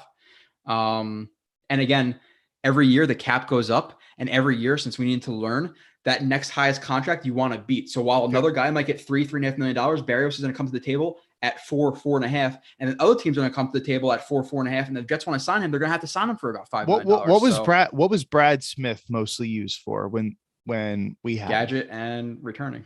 Yeah, and when the Bills signed him, they gave him like a good $4 or $5 million a year or something like that. But he was mostly a returner, right? So like returners sometimes do get good salaries. Now I don't know if Harold's factoring in the return so much. I don't know who Nania compared other people to or whatever, but right. You also have to remember that the salary cap last year was a little off, and it's probably going to go up this year. I like the comment from Joe, and we have to wrap up a little bit, Kyle. But Joe says Jets drafted Eccles, Sherwood, Nozzledine, Pinnock as developmental players. If he gets one quality starter as them, it's a win. I would even say out of those guys, out of 5th and 6th round guys, if you can take every 4, 5th, 6th, 7th round picks, and you can hit on one quality role player, like realistically looking over a draft's history, if Eccles is a solid number 4 and Sherwood or Pinnock or Nozzledine is like a solid special teams player, like that's a hit. Trust me. Like go through history. Obviously, it's not, people think it's mad and you can go and every 5th, 6th round pick is going to hit because you draft the guy with the fastest 40 time. It's not the case. Let's see. Spiro Ditas and Jay Feely are pretty unbearable. Jay Feely's terrible, dude. Yeah, he's got to be the worst color commentator. Yeah, I can't think of a worse one. Okay, let's move on. And Spiro Ditas, man, dude, I find it so annoying when he says a half a dozen. The Jets pick up a half a dozen. It's like, why don't you just say 6, bro? Like you're not sounding cool when you say half a dozen. Like you're not making it. Like, it'd be one thing, like if you said this like cool phrase that like nobody knows, but it's just like a simpler way to say it. But you're literally making it a longer phrase to say by saying a half dozen. Drup says, "Don't be so snobby. You know nothing about any draft prospects, and this is a draft show." One, no, it's not a draft show. We're just talking about the draft in general. Wait, who said that? Two, we always put out reviews of every single draft prospect that's taken, and the problem with a lot of analysts is the fact that they watch 5-minute highlight tapes like you did, probably, Drup, and you know everything. So that's what it is. Or you read Draft Network, or you read PFF, or you read PFN, and now that's your opinion of a guy. So let's calm down. Moving on. Where did it ever say this was a draft show? Yeah, I don't know. But people want to fight tonight, so I can get down with it. But I'm drinking water, not beer, so I'm kind of steering away from it because I don't want to be snobby. Whatever. We got a discussion whenever you want, Drip. So with that being said, corners, Eccles, not a good game. Hall, good game. The one play he got beat on over the middle, like a dig, he was pushed off. Wasn't an OPI. I didn't like that. Marvin Jones clearly extended. But he played well overall. Past that, Guidry got beat a couple times, but he had the PD at the end of the game, even though it was an illegal motion. He was beat initially though, because the one thing with Hall though is he needs to be more ready to snap. Like he's way too shallow, way too high. And then Guidry was beating the red zone there. But he obviously made it up with his makeup speed. Other than that, anything else you want to hit on from this game? And then we could do like literally 2 minutes on the Bucks. I gotta jump out of here. No, yeah, let's do that. Okay. BC, appreciate you. Look, some positivity. Love the show, guys. Love the breakdown. Like people we're too positive. We're too negative. We have to learn about salary cap. We don't know draft prospects because, and the thing with the draft prospects is we preface by saying we didn't watch the film because we'll watch hours of film and then really get an opinion on a guy instead of just recycling opinions out there on Twitter. We just don't do that. What round do you think Davis going? Dawes? I don't know. Again, I don't know. Davis? Who is Davis? Davis going DHSH. Okay. Again, we'll do it all. Like last year, how many film breakdowns did I do of draft prospects? Kyle, what, 13 after they were drafted? So it is what it is. Eccles only has 2 years of college corner. He has huge upside. Yeah, I like Eccles. Guy who played receiver and then switched to corner. Cool. Joey, what's up, Socrates? A little bit late. Seriously, this week of run defense, this should be like okay. Bucks game, really quick, Kyle. Score prediction. I think the Jets actually, because the thing with the Bucks is like they're missing a lot of their top tier guys. I think I called it 28-17. The Jets cover the 14 point spread, and we feel okay about the way Zach Wilson plays. Hopefully. Yeah. I think it's gonna be hard to run the ball this week with no McGovern, Vita Vea. I think it's gonna be. I think that people are underestimating how valuable McGovern is at center. And we didn't see any bad snaps. And I do wonder if we're going to see a couple bad snaps from Feeney, and maybe that causes a turnover too, or, so I'm going to say the Bucks win by, you said they win by 11. I'll say 17. I'll be positive. That's a positive. That'd be a positive game for me, to be honest. I'll say Bucks 35 and Jets 20. All right. We'll answer quick questions. Socrates hasn't been here in a while. Used to be here a lot. He said Jets suck, bro. How sad is this? Yeah, Socrates, I haven't seen you in a little bit. Jordan Davis is a big D tackle from Georgia. Okay, that explains it, Snoopy. Again, I'm not into the draft at all right now, which we will get into the offseason. But dude, the Jets better not draft a D tackle. No. Chrono Kenny, would you be upset if the Jets drafted Jameson Williams in the first round, the second pick? 6, 7, 8 overall. Again, I said this before, but I'll go over it again really quickly. I think that there's not like that Jamar Chase in this draft from what I've seen.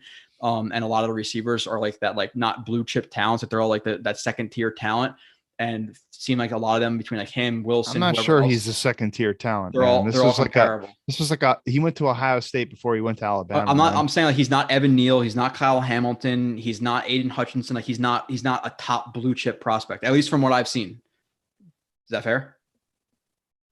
Okay. I mean, like he does seem insanely talented. Okay. I'll say that. Aside from CJ Mosley, didn't discuss the linebackers. Quincy didn't really make an impact in any way to me. And Jared Davis, while he made a couple of tackles on broadcast, he was out of position quite a bit. Like, I don't know if you like when you were watching Kyle, like how many times was he responsible for like a hook to curl or a curl to flat, and his eyes are in the backfield, and they beat him on a flat, and then he ran to make a tackle because he's a good athlete, but he did not play well this week either. Like Jared Davis is good as gone. I don't even care about Jared Davis. Yeah, no, he has no place on this team. Joseph Grana, your breakdown is spot on and accurate. I was a coach for many years. Your breakdown is true to the film. It's perfect. I appreciate that, Joseph Grana. Okay.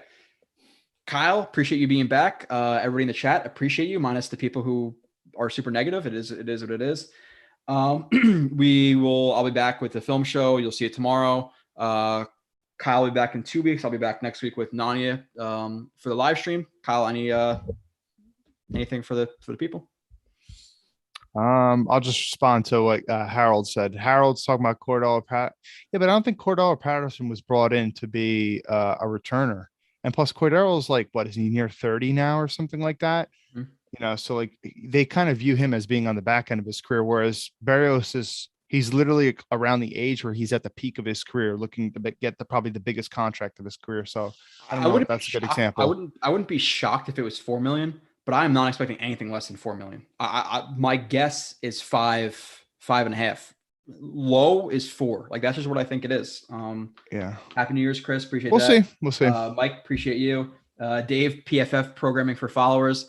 I will see you guys all soon. All right.